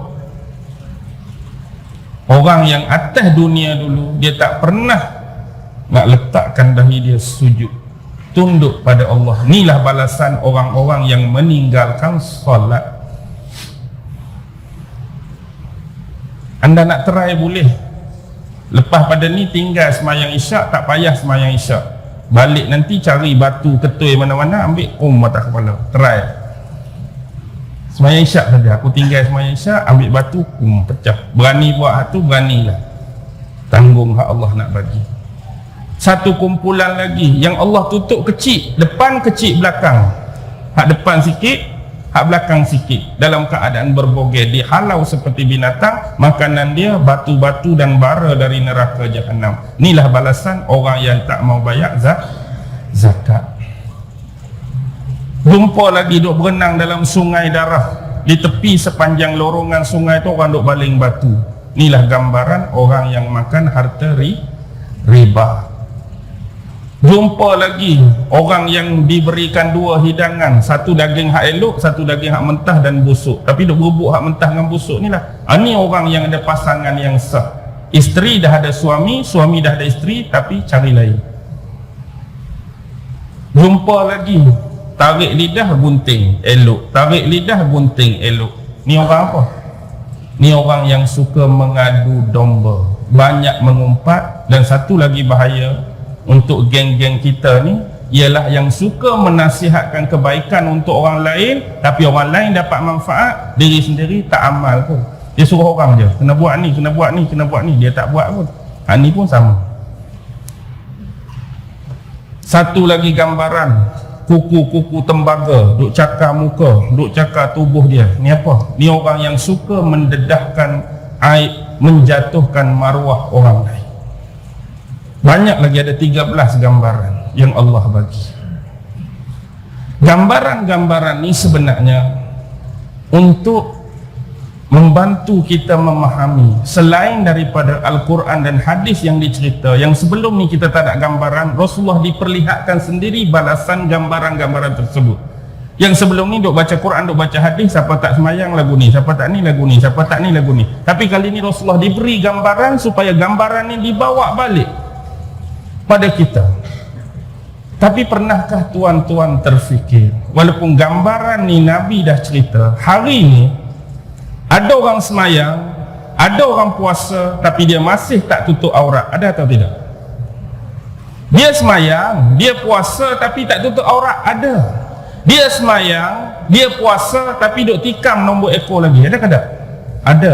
Dia semayang, dia puasa, duk minum arak lagi. Ada. Semayang puasa duk mengumpat orang lagi. Ada. Semayang puasa duk kata huduh, duk buka air orang, duk jatuhkan maruah orang. Ada.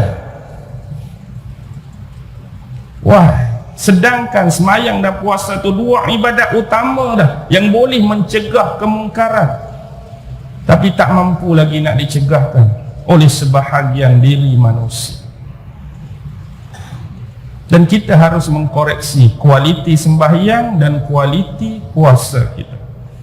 Sebab kedua-dua arahan tersebut, bahkan arahan yang penting, dimulakan dengan kalimah ya ayyuhalladzina amanu. Hanya orang-orang yang benar-benar Islam lagi beriman barulah benar-benar dapat melaksanakan kewajipan-kewajipan dan tuntutan-tuntutan perintah daripada Allah. Nak naik Mi'raj, pemahaman tentang langit. Dulu kita pernah tanya Tok Wan kita masa kecil kan, Tok Wan, mana langit? Tok Wan kata apa? Lepas pada kemuncuk, itulah langit. Tahu pokok kemuncuk?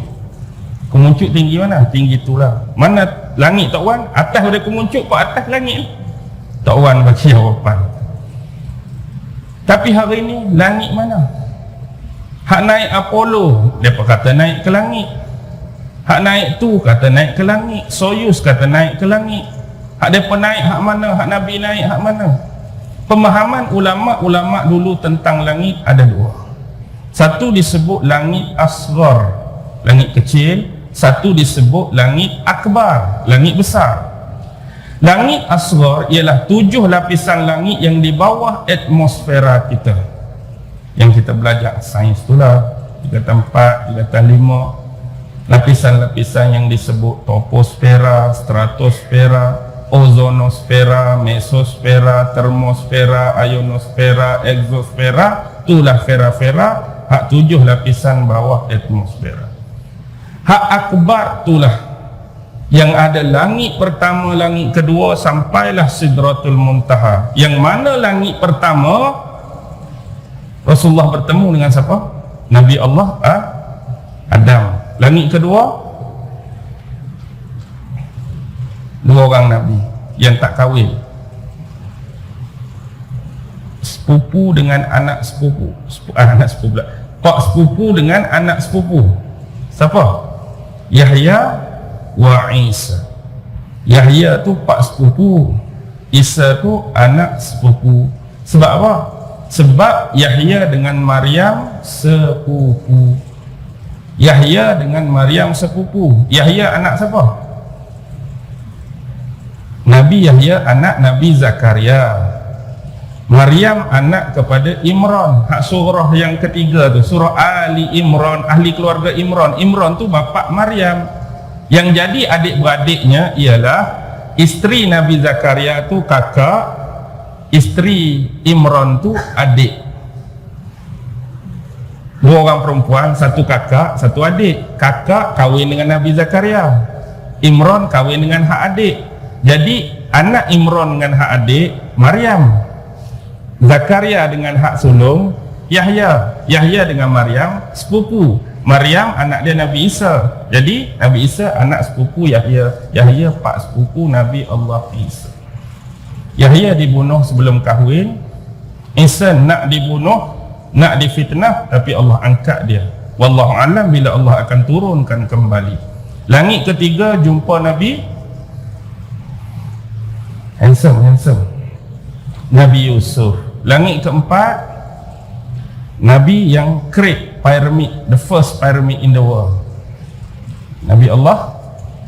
Bila sebut pyramid terus Nabi Musa teringat kat Firaun. The first Nabi Allah Idris alaihis. Nabi Allah Idris alaihis salam. Yang kelima adik-beradik Nabi Musa. Siapa adik-beradik Nabi Musa? Nabi Allah Harun. Yang keenam Nabi Musa. Yang ketujuh Abul Anbiya, Nabi Allah Ibrahim sedang bersandar di dinding ataupun tiang Baitul Ma'mur. Dan di sinilah Nabi melihat 70,000 malaikat masuk ke Baitul Ma'mur setiap hari dan mereka tak keluar lagi. Boleh bayang tak? Ada satu tempat nama Baitul Ma'mur, dan tempat ni kalau kita tarik ke bawah dia sama dengan kedudukan Kaabah.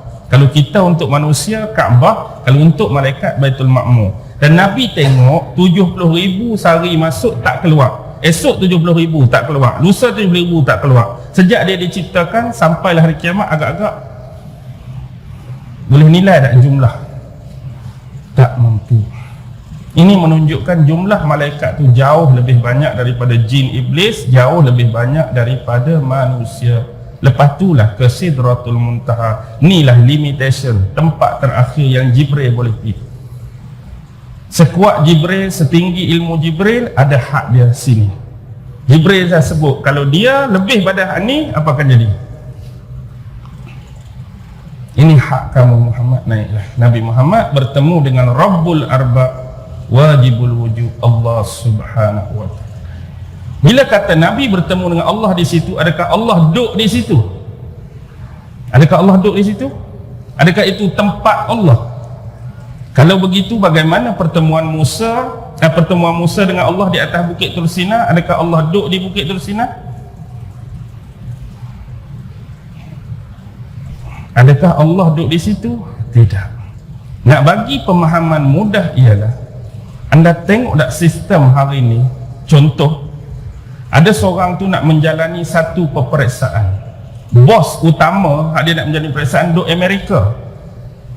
Ketua programmer tu duduk Amerika, tapi kita nak masuk salah satu dia punya peperiksaan tu duduk Kuala Lumpur je. Kita pun akan download di sini. Bila download, keluarlah muka kawan tu. Kawan tu duduk mana sebenarnya? Amerika tu, tapi duduk depan kita. Okey, soalan yang pertama dia kata, siapakah tenda-tenda? Okey, soalan pertama. Okay. Soalan yang kedua, benda ni berlaku di mana?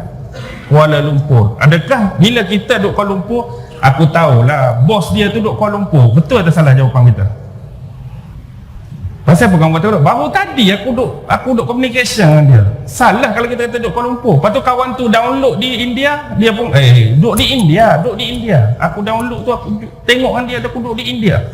Hak tu kata India, dia kata hak sebenarnya di mana? Hak betul-betul tuan di mana? Masa Tur Sina, download Tur Sina. Masa sini, download Tur Sina. Inilah disebut yang sebenar Ar-Rahmanu 'alal arsyistawa. Kalau benar-benar ingin memahami yang Allah nak bagi tahu, daripada sebesar-besar arasy sampailah sekecil-kecil makhluk, semuanya berada di bawah penguasaan Allah Subhanahu wa ta'ala. Sebesar-besar arasy makhluk dia sampai hak sekecil. Di sini kita dapat gambaran semua tak akan terlepas daripada penguasaan Allah.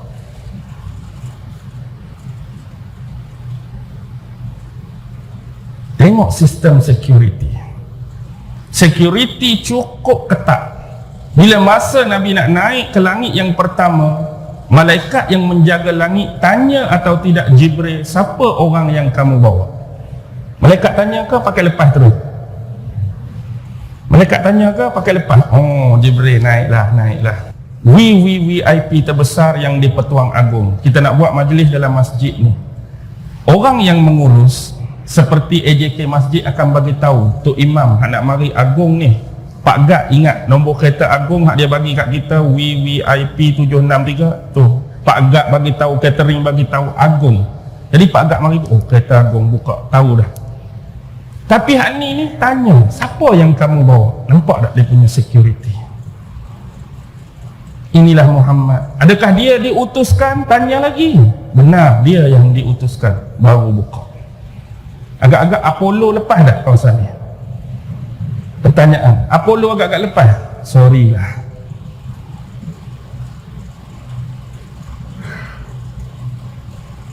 Dan ini cukup dikenali, setiap ruang langit ada kepakaran masing-masing yang Allah letak. Bila kita baca hadis tentang keburukan-keburukan amalan manusia kan, bila naiknya mi'raj ruh kita, malaikat penjaga langit pertama akan mempersoalkan tentang apa? Takabur kan. Maksudnya dia cukup fasih, dia cukup punyai otoriti tentang takabur. Hang nak tusuk macam mana pun, nak sembunyi macam mana pun, kau boleh tahu. Tak payah, 4 balik amalan dia ke bumi. Lepas hak takabur, alhamdulillah tak ada takabur. Naik langit kedua, ada pula hak riak. Hang jangan bohong, hang jangan buat apa kat kami, jangan peleceh apa, ada lagi riak. 4 amalan dia ke bumi. Nak lepas 7 sebelum mi'raj benar-benar pada Allah, senang ke susah tuan-tuan? Susah. Selagi ada takabur, selagi ada riak, selagi ada sum'ah, selagi ada benda-benda yang tercela, susah nak melepasi. Setiap pintu langit yang disediakan oleh Allah adalah security yang cukup mahir dengan ilmu masing-masing. Agak-agak kita takabur ni pun tak berapa dah tak? Tuan-tuan taklah saya. Hak kita ni hak takabur tak berapa nak lepas dah. Apatah lagi kalau lepas tu hak riak pula, lepas tu hak sum'ah pula, lepas tu hak dosa lain pula. Inilah mi'raj. Jadi rumusan malam ni nak bagi senang. Perjalanan Isra' dan Mi'raj Nabi adalah perumpamaan perjalanan kita seorang manusia. Siapa yang nak berjalan pada Allah sebagaimana yang saya sebut, selain daripada bawa zahir yang bersih, dalam ni kita perlu isi dengan hikmah, kena ada ilmu, kena ada iman untuk berjalan pada Allah. Dan borak yang laju itu adalah amalan-amalan soleh anda. Yang kita nak tunggang untuk kita bergerak laju tak ada lain amalan-amalan soleh kita. Tetapi amalan-amalan soleh yang laju ini pasti di pertengahan jalan akan cuba dihadang. Dalam kes ni ada suara di sebelah kanan. Siapa suara tu? Bila dipertanyakan kepada Jibril, ini adalah propagandis Yahudi.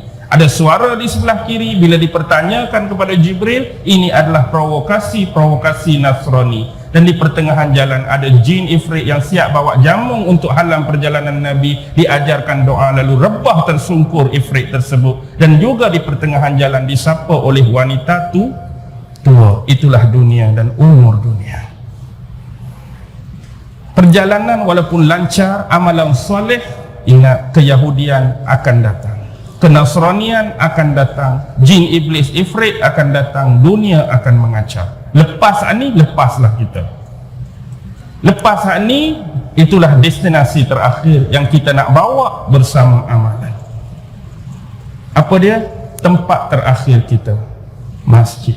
Lepas kita dimandikan, lepas kita dikafankan, kita akan dibawa, inilah tempat terakhir. Orang akan sembahyangkan kita. Jasad akan menuju kepada lubang liang lahat, lubang kubur. Roh kita akan pergi mana? Roh kita akan mi'raj. Sama seperti yang Rasulullah tunjuk. Mi'raj ni macam tadilah. Lepas tak lepas je lah.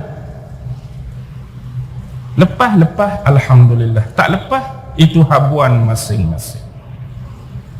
Boleh faham tak takut? Habislah cerita. Bulan Syakban pula. Boleh tak? Ke tak ada dah bulan Syakban? Oh, marah orang nak bulan Syakban pukul 12 lah Ustaz.